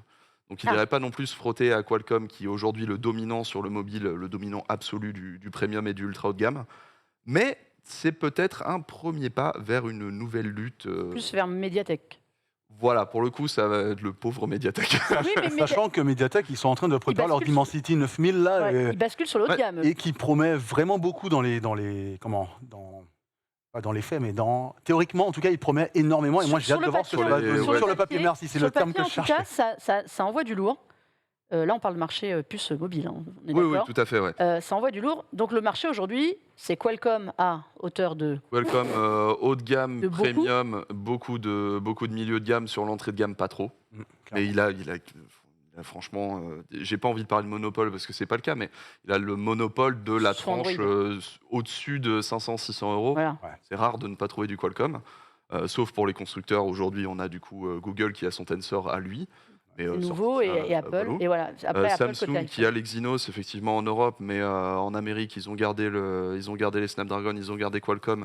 Ils vont faire appel à Mediatek. Et ils vont faire appel Ouais. à Mediatek surtout. Et ils sont alliés avec AMD aussi sur la partie GPU de ces Exynos, mais c'est pareil, c'est pas une vraie compétition par rapport à la mainmise qu'a Qualcomm sur ce marché-là en mobile. C'est pas tout à fait ça. Après, c'est vrai que sur l'entrée de gamme et le milieu de gamme, le début du milieu de gamme, je dirais en tout cas, on a une grosse présence de Mediatek qui fait quand même du bon boulot et qui a priori grimpe bien puisqu'ils veulent commencer à se frotter sur le haut de gamme. Je sais qu'un terrain, mais je sais que je suis le seul à suivre ce marché, mais un terrain sur lequel Mediatek a finalement trouvé des soutiens. Contrairement à Qualcomm, c'est le terrain des petites consoles Android dont j'arrêtais pas de vous parler, voilà, où on avait Qualcomm a présenté un Snapdragon dédié à ces trucs-là. C'est vrai, Sauf avec que, une en console fait, qui ressemblait. voilà, avec la console une qu'ils ont espèce produit de avec Game Razer. Gear. Ouais, Qui ressemble complètement. à un vieux truc. Et ben, un des constructeurs de cet univers-là, alors il me semble que c'est GPD, mais je ne suis pas sûr, a annoncé que finalement ils allaient passer par Mediatek parce que le Snapdragon qu'ils ont prévu là, il y a toute une liste de trucs à remplir qui fait chier absolument tout le monde et ça vaut une fortune. Donc ils ont fait bon bah non, Mediatek de toute manière fait exactement pareil, mais Moins cher. on a moins de trucs quoi. C'est ça. Donc il y a au moins ces petits marchés-là un petit peu sur le côté qui peuvent récupérer très facilement Mediatek et pourquoi pas du coup avoir plus de trésorerie pour leur R&D. Comment on voit ça chez Intel, ce marché des puces mobiles? C'est moins. Est-ce qu'on regarde ça d'un œil? On se dit que ça va s'étendre au-delà du mobile, tous ces acteurs qui arrivent ou pas? Parce que là, on parle de marques qui ont quand même derrière des PC, qui commencent à faire des choses. On voit ça de deux manières. La première, c'est que, bon, évidemment, à terme, ces acteurs peuvent très bien décider de développer des puces pour PC. Mm. C'est pour ça que nous, on a de toute façon pour objectif de toujours améliorer ce qu'on est capable de proposer, notamment en rapport perf par watt. Donc là, ça va continuer à s'améliorer. Il y a déjà eu la 12e GN, il y aura les prochaines qui vont dans ce sens-là. Et puis après, on voit aussi ça comme des opportunités business, parce qu'on a une nouvelle stratégie qui consiste à ouvrir des capacités de production aux sociétés qui veulent développer leurs propres solutions. Donc on ouvre des usines et au sein de ces usines, on va dédier des lignes de production pour Pour ces gens-là. des clients potentiels qui seraient intéressés par utiliser nos usines. Alors il y a déjà Qualcomm qui a annoncé qu'ils allaient le faire.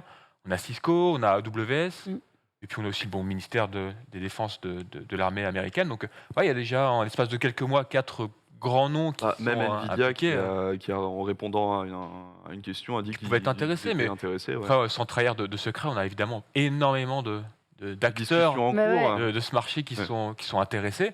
Et c'est un objectif important pour nous, ce qu'on appelle le marché de la fonderie externe, qui est stratégique, qui fait partie intégrante de la direction qu'on prend sur les prochaines années. Ouais. Donc plus il y a d'acteurs qui arrivent sur le marché, pas frontalement encore, plus c'est intéressant, malgré tout. Il faut être capable de travailler sur les deux axes. D'une part, travailler sur nos propres produits, de manière à ce qu'ils soient adoptés par un maximum de partenaires, de sociétés et autres. Et puis de l'autre côté, être très pragmatique aussi, et dire on a une expertise sur les capacités de production, on est capable de faire des usines assez rapidement et d'offrir ces capacités de production, autant derrière que ça puisse aussi avoir un intérêt financier pour Intel. Ouais. Donc il y a peut-être des discussions avec Oppo. Elle a tenté. Elle a tenté. Je ne l'ai pas vu venir. Je l'ai pas vu venir, non. Mais j'étais un peu obligée quand même. Mais c'est On normal. pouvait pas. Bon voilà. Légitime. Bon ben, Et alors Peut-être. Alors, messieurs il n'y a pas que moi. Mais bon, non, on va revenir plus précisément sur Intel et parler de choses plus qui te concernent plus. On en a fini pour les news, messieurs. Eh bien, tout de suite, on va passer au dossier.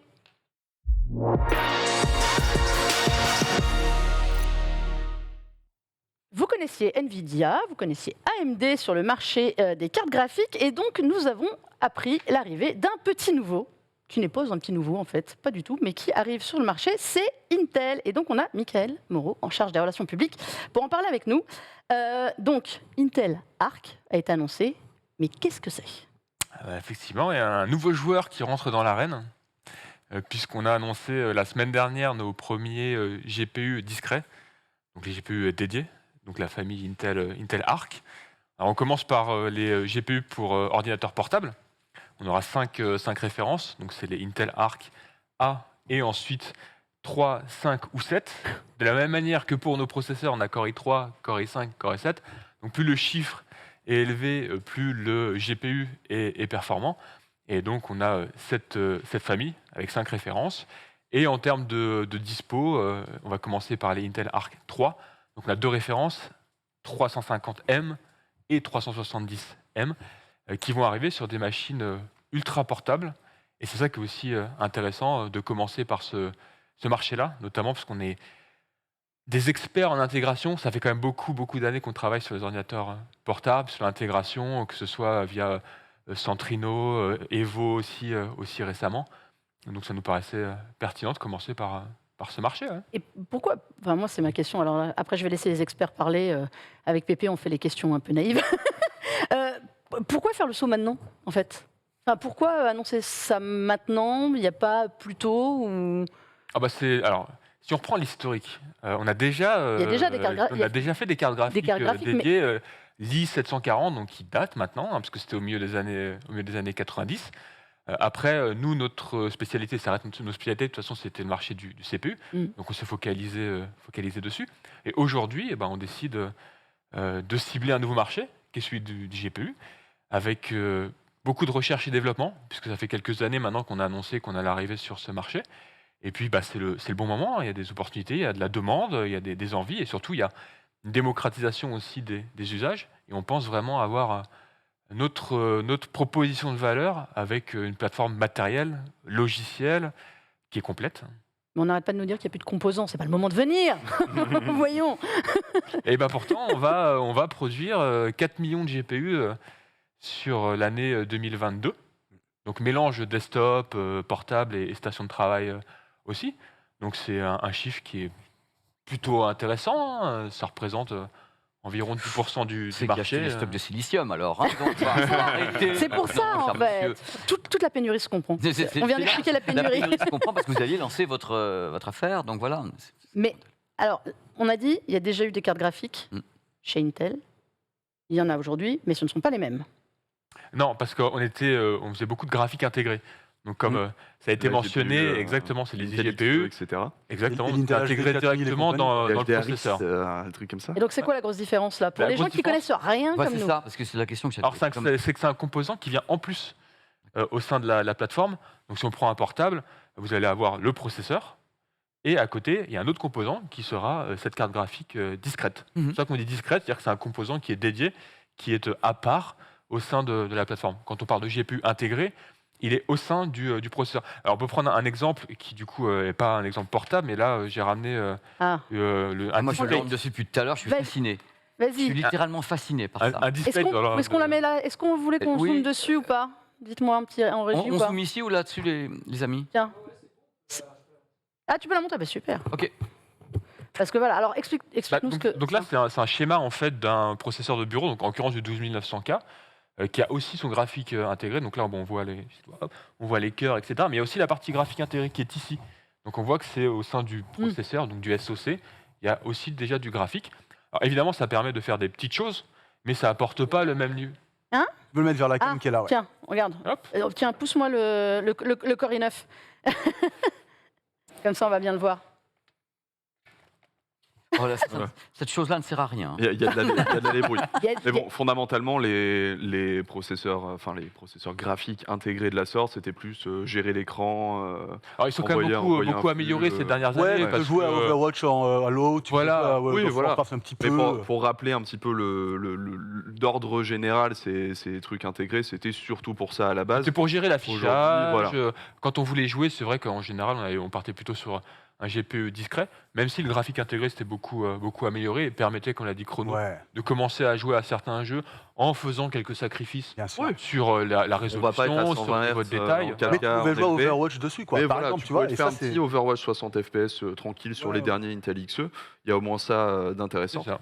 Et là, Et là, pour aujourd'hui, le du coup, coup, c'est une on- solution qui vient en débarque. plus et qui amène un niveau de performance qui n'a rien à voir. En plus d'autres fonctionnalités, on pourra y revenir, tout ce qui est ray tracing, N'est-ce pas super CESC. sampling, Bah, alors et justement, autres. moi, c'est une de mes grandes questions sur ces arcs-là, et particulièrement sur les 350 et 370. Ouais.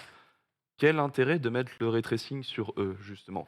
Sachant qu'on est, a priori, on est sur un segment de tarif qui est de l'ordre des 1650 qu'on voit aujourd'hui sur les PC actuels, les C50 de Nvidia, qui n'ont pas de ray tracing pour le coup. Est-ce que ça valait le coup d'avoir des ressources dédiées au ray tracing sur ce GPU, alors qu'a priori, il se placerait plutôt sur l'entrée de gamme gaming, En fait, nous, notre philosophie, c'est l'Ultrabook? de proposer une architecture qui est commune. Mm. C'est-à-dire que ce soit les Arc 3, 5 ou 7, les cœurs, c'est ce qu'on appelle les cœurs XE HPG, Ouais. pour High Performance Gaming, Mm. avec l'ensemble des fonctionnalités. Donc il n'y aura pas de séparation entre Arc 3, 5, 7 qui auront ou pas ces fonctionnalités. Ce qui va faire la différence, c'est le nombre, Le nombre de Le cœurs, cœur, etc. la fréquence, donc du coup la performance brute. Mhm. Mais c'est toujours intéressant d'amener le ray tracing, même sur les cartes qu'on va qualifier d'entrée de gamme. On a parlé tout à l'heure de Doom ray tracing. C'est pas un jeu qui va demander une puissance phénoménale en termes de ray tracing, mais du coup ça va apporter quelque chose en plus pour les joueurs. Et de la même manière, il y a beaucoup de jeux qui font du ray tracing, mais qui ne nécessitent pas un niveau de performance démentiel. Mm. C'est du entre guillemets petit ray tracing, sans que ce soit péjoratif. Bien sûr, Mais genre ça basé apporte déjà sur un les plus. ombres, à la Call of Duty, celui de 2019, Modern Warfare de 2019 par exemple, où là, tu n'avais pas de reflets farfelus ou ce genre de choses. Par contre, il y avait quand même du ray tracing pour les ombres, pour ceux qui voulaient l'activer, et j'imagine bien que dans ce genre de cas de figure-là, effectivement, bah, tu peux l'activer sur un processeur graphique qui est de moindre puissance par rapport à un gros. J'ai une question que j'ai vue passer tout à l'heure, il y a longtemps dans le chat, et du coup, tu disais tout à l'heure 3, 5, 7, ben voilà, bah c'est Ils marqué. sont là, ils sont là, C'est c'est mar- ça. c'est marqué. En Voilà. fait, j'ai ma Oui. réponse. En gros, c'est littéralement, sans le dire comme ça, mais c'est entrée de gamme, moyenne gamme et haut de gamme. Oui. Quoi. Ouais. Voilà, pour faire ça. Exactement. Ok. En termes de performance, encore une fois, l'intérêt, c'est que quels que soient les technos qu'on met derrière, Mm. donc Deep Link, XESS, et autres, c'est dans toutes les références. La Du V1 coup, aussi, qui la est quand V1, même un des gros trucs que Exactement, vous avez. ouais, ouais. Mais je suis désolé, je reste un petit peu sur ces sur ces corps, parce que Ouais. j'ai une curiosité où tu as peut-être la réponse pour moi, c'est que effectivement, c'est bien d'avoir du ray tracing absolument partout et d'avoir une plateforme commune pour tous les socs, mais si on décide de ne pas utiliser le ray tracing, ces cœurs-là vont quand même être utilisés. Non, parce que Non on a une partie matérielle qui est dédiée ray tracing. D'accord. Donc- Donc du coup, si demain je sais pas, je joue un jeu qui n'a pas de ray tracing, ces corps-là restent Inactif. sommeil. Sommeil, il ne travaille pas. En fait, Peut-être c'est la même façon de faire finalement à ce niveau-là que Nvidia et même, il me semble, AMD en RDNA 2. Hmm. C'est-à-dire qu'il y a des corps qui sont dédiés au ray tracing, qui vont traiter. En fait, Moi, c'est ce qui m'étonne sur ça, j'avoue, hein, comme ça, sans vouloir juger, parce que je n'y connais pas grand-chose non plus, mais ça m'étonne sur un entrée de gamme, du coup, de quand même ne pas se dire, bah, cette consommation électrique-là, on va l'utiliser sur des cœurs qui vont peut-être plus optimiser un jeu classique, alors qu'on est sur des configurations qui vont pas demander le ray tracing de base, en fait. C'est ça qui me reste un peu parce en qu'en tête, fait, on quoi. a aussi des fonctionnalités qui permettent d'augmenter la performance que l'on va attribuer au cœur pur de calcul. D'accord. Parce que, si on prend, alors on va rentrer un petit peu dans la technique, on va essayer d'être. Ouais, pardon, On n'y arrive pas, là. Pépé, je suis désolé. Non, parce que c'est pas mon métier. Vas-y, on essaye, comme Non, ça, parce que après, le nous, truc, on lui- c'est, on va rentrer dans le cœur de la technique. Ah, mais bonne chance, messieurs, dames. Vas-y, Mickaël, et puis Non, mais après, avec j'adore, Pépé, on va dire qu'on n'a rien compris. Alors, On nous a dit qu'on avait le droit d'être nerdy aujourd'hui. Voilà, donc, eux, ils ouais, ont le c'est droit, ça. et nous, on fait Pied à ceux fond. qui comprennent Pied à rien. fond. on a eu l'autorisation. Donc, quand on prend un cœur XE HPG, donc tu vas retrouver dans chaque cœur 16 unités d'exécution XVE. Ouais. Les unités vectorielles, qui sont celles qui vont s'occuper du calcul pour afficher ce qui se passe à l'écran en jeu. Après, tu as également 16 unités qu'on appelle XMX. Donc là, ce sont des unités dédiées à l'intelligence artificielle. Et en plus de ça, tu as aussi des unités dédiées au ray tracing. Donc selon ce que tu es en train de faire, ces unités vont être sollicitées ou pas. Et si elles ne le sont pas, elles sont en sommeil. Mais l'intérêt, c'est qu'elles existent. Donc hmm. à n'importe quel moment, Mais elles prennent de la la place. plateforme, aussi, quoi. elle évolue. Bon, ça prend pas, c'est pas ça qui prend le plus de place. Oui, c'est sûr. Mais c'est Bon. toujours intéressant de les avoir et de Après, le proposer. oui, pour l'évolutivité. Est-ce que du coup, quand même, quand on pense ray tracing sur des GPU comme ça, forcément on pense gaming, mais est-ce qu'il n'y a pas un intérêt qu'on pourrait voir aussi dans de la production vidéo, des trucs comme ça? Parce que vous avez mis en avant justement la compatibilité avec le codec AV1, qui est quand même C'est pas rien. une première, hein, si je ne m'abuse, dans les GPU mobiles. Du desktop coup, aussi. et desktop aussi. Bah, tu vois, tu me l'apprends. Et du coup, est-ce que ces cœurs-là de ray tracing seront aussi optimisés pour de la prod, j'imagine, de la prod enfin pas Blender, mais tu vois, de la prod ray tracée. Bah, évidemment, parce qu'après, de toute façon, l'idée, c'est de travailler avec les éditeurs de logiciels Voilà, c'est pour la qu'ils en question tirent, que pour qu'ils j'avais en en tirent tête. parti. Ouais. Donc oui, on a, peut-être pour donner un chiffre, on a chez Intel 19 000 software engineers. Donc vraiment, quasiment 20 000 Mm. personnes qui sont dédiées pour le travail avec les développeurs, alors quels qu'ils soient, hein, dans le monde du jeu vidéo, dans le monde industriel, avec des clients, des grands clients, que ce soit des clients français, européens ou mondiaux. Eux vont voir les personnes pour travailler avec eux le code, les aider à l'optimiser, leur faire comprendre comment tirer parti de ce qu'on est capable d'amener sur le marché, afin que tout le monde puisse du coup en tirer un bénéfice. Donc oui, évidemment que les logiciels de créa pourront tirer parti de tout ce qu'on est capable d'amener, alors que ce soit XMX pour l'intelligence artificielle, Ouais. que ce soit les unités de ray tracing, que ce soit le moteur multimédia avec AV1 notamment, parce qu'on prend en charge énormément d'autres codecs. Oui. Voilà, mais oui, complètement. Ouais. Ok. J'ai une question justement pour rebondir là-dessus, je trouve intéressante. Vue de l'extérieur, est-ce que la communication sur le lancement justement d'Intel Arc, elle n'a pas été un petit peu trop focus gaming et que c'est un coup à oublier, ou alors c'est les gens l'ont perçu comme ça par rapport au passé carte graphique d'Intel et que justement on a oublié de dire aux gens qu'ils pouvaient faire aussi plein d'autres choses avec et que ce ne serait pas juste pour aller dans des PC gamers de folie. Alors ta question elle est intéressante parce que moi j'ai le sentiment inverse. Ah, moi, je sais que étant moins spécialiste que ces messieurs, j'ai eu l'impression que c'était ça allait sur le domaine gaming et donc je suis même si on sait que qui peut le plus peut le moins, donc forcément ça servira à autre chose. Après Mais est-ce c'est forcément aussi dans l'esprit des gens. Ouais. On achète une carte graphique pour jouer. Mais C'est voilà. l'usage premier. Donc oui, la plupart des consommateurs vont se focaliser là-dessus et c'est normal. Moi aussi, je suis un joueur. Voilà, quand on me parle de carte graphique, qu'est-ce que je vais pouvoir faire en jeu avec? Mais je trouve que dans nos différentes interventions, il y a eu autant, voire si ce n'est plus, de temps passé sur le côté plateforme logicielle que sur le côté performance brute. Parce que on a une vraie proposition de valeur, un vrai avantage dans certains cas, qui montre que on est très sérieux sur ce marché. On vient avec des ambitions. Alors on est très humble parce que c'est le début pour nous. On sait qu'on a encore du boulot, du travail à faire hein, Ça, là-dessus. first gen pour vous. Voilà. Ouais. Mais derrière, on arrive déjà avec quelque chose qui va intéresser les consommateurs au-delà de la performance brute. Tu as mentionné AV1. Alors évidemment, c'est un plus parce qu'on est la seule Ah, là, c'est- le c'est seul bon matériel plus quand même. Hein. capable d'encoder et de décoder AV1. Il existe aujourd'hui des solutions graphiques capables de décoder AV1, mais encoder et décoder, Intel Arc, c'est aujourd'hui le seul matériel capable de le faire. Et quand on sait que ça permet d'aller 50 fois plus vite qu'une solution logicielle pour le faire, c'est quand même pas négligeable. Et puis AV1, c'est libre, c'est gratuit. Ton voisin, là, Donc, normalement, c'est, ça lui met des Ah oui, lumières non, mais là. c'est pour Là, ça- ça lui non, parle, mais les j'étais surpris pour les seuls pour décoder, oui, mais les seuls à l'encoder. À encoder, Mais c'est pour exactement. ça que je suis en train de réfléchir pendant parce qu'on est Mais Ça c'est me mais c'est ton parle. domaine, ça. Alors, est-ce que ça te parle, ça, quand Ah, on mais te ça dit me parle. Là, cette partie AV1 et tout, bon, ça Ouais. me parle parce que bon, j'étudie beaucoup les codecs justement pour la vidéo, le 8K et autres, parce que ça fait partie du taf. Des téléviseurs qui se chargent de le digérer ou pas le digérer. Je ne pensais pas vraiment que vous étiez les seuls à pouvoir l'encoder. Aujourd'hui. C'était une grande surprise pour moi parce que j'étais persuadé que deux entités maîtrisaient le truc, étant donné que Non, il mais était encore sur Terre, que c'est- la V1 n'a pas été lancée hier. Donc, Non, c'est quel est le 2018, quel est le ouais. recul de l'industrie sur la V1 justement? Parce que Ah bah- là, vous me dites, il est le premier. Ça m'étonne un tout petit peu. C'est pour ça, Michael. Mais je suis ravi de t'étonner. Non, mais c'est bien, moi, parce que depuis le Et début, plein de surprises. Ah oui. j'essaie de patauger, je laisse tout le monde là, et puis là, tu dis AV1, hop, Là, ça te réveille, là. Ben Hop, là, ça- on a non, mais réveillé ça- Pépé. parce que Non, j'ai mais étudié le truc. En fait, de toute façon, si on reprend l'historique d'Intel, d'une manière générale, on a toujours poussé pour les standards et poussé pour faire des consortiums avec différents acteurs de Oui. l'industrie. L'USB, c'est Intel. Mm. Le PCI Express, c'est Intel. Le Wi-Fi dans les portables, c'est Intel. Thunderbolt, c'est Intel. Et la liste est encore longue. Ça vous fout la honte quand même. Non, Donc, Oh, ça non, va, mais pas non, du tout, c'est ça va vachement bien. non, Au c'est très bien de le contraire, c'est pour rappeler. expliquer, C'est très bien de le parce que rappeler, même moi, il y en a justement. que je ne savais pas dans le tas, donc C'est pour expliquer. Et donc, du coup, AV1, Le consortium a été lancé en 2018. On a faisait partie dès le départ des sociétés qui. Et oui, mais sont justement, quand on n'est pas les consortium, seuls. je me dis, toi, entre guillemets, ton entité est sortie du consortium en disant, voilà, nous, on est les premiers à faire ça. C'est ça qui m'épate, c'est que le consortium, c'est en général c'est un melting pot d'idées, et qu'en général, un consortium crée quelque chose qui est en émission-réception, donc en codage-décodage.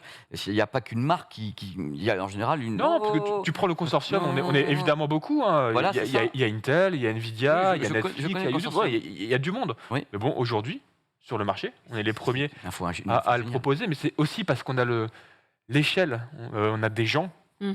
on est capable de faire les investissements pour supporter un maximum de standards. On parle beaucoup d'AV1, Super mais intéressant. alors après, toi qui es aussi un peu spécialiste photo, on a si un petit peu quand même, image, voilà. Mais, C'est un spécialiste tu prends les image. derniers appareils photo qui font du HDR avec le codec 10422. Mhm. Encore une fois, les solutions matérielles Intel, ce sont les seuls à être capables d'en tirer parti, quoi. Moi, je suis content d'apprendre ça, parce que non, ça me fait vachement plaisir, parce que j'étais parti sur autre chose, sur l'encodage. Le décodage, je le connais, mais c'est bien. Alors, Merci beaucoup. Vas-y, Moi, j'ai une en question fait, après. quand j'ai entendu Intel arrive sur le marché des cartes graphiques, notamment vis-à-vis du jeu vidéo, j'ai entendu tout de suite parler de technologies comme le XESS notamment. Et là, je me suis dit, bon, j'ai trouvé ça plutôt malin d'avoir quelque chose de concret pour pouvoir faire face au DLSS de NVIDIA avec des cœurs qui sont dédiés à ça. Et en fait, je me suis posé une question que pose Psycho Killer dans le chat, c'est-à-dire que quand vous arrivez dans ce marché de la carte graphique, moi déjà je me suis dit, il y a de bonnes idées, c'est intéressant, j'ai hâte de voir ce que ça va donner. On parlera du logiciel que vous Control. avez, exactement, que je trouvais que ça avait l'air super intéressant, mais je me suis dit, mais vous arrivez dans ce marché qui est un marché qui n'est pas un marché facile, hein. Il y a eu quand même des morts sur le chemin, quoi, dans le marché du GPU, non mais c'est vrai, quoi, on s'en rappelle. Et il y a AMD qui se bat bien, mais tu vois, Il tousse un peu. Hein, ils sont quand face à même, un mais- géant qui ouais. n'est pas là pour plaisanter, qui s'appelle Nvidia. Alors du coup, la question de Psycho Killer, elle est posée de cette façon. Quelle est votre innovation pour intégrer ce marché au final? Quelle est la différenciation avec les autres? J'ai trouvé la question super intéressante parce que C'est une moi, très bonne je question. me suis pas posé la question comme ça, mais ça m'a traversé l'esprit au moment où Psycho vous êtes Killer arrivé. se demande qu'est-ce que c'est. Qu'est-ce que c'est de quoi Pardon. Ah, D'accord. Non, mais c'est une question qui est excellente parce que c'est aussi pour ça que je suis là. Donc merci de m'avoir invité pour pouvoir en parler. Et c'est le mélange matériel, logiciel et écosystème. Nos concurrents pourront vous dire la même chose. Mm. Mais il faut travailler de toute façon sur ces trois éléments pour être pertinent sur ce marché. Et surtout, c'est un travail qui est long terme. Si on prend aujourd'hui ce qu'on a annoncé, donc la famille A, donc il y a le côté performance, ok.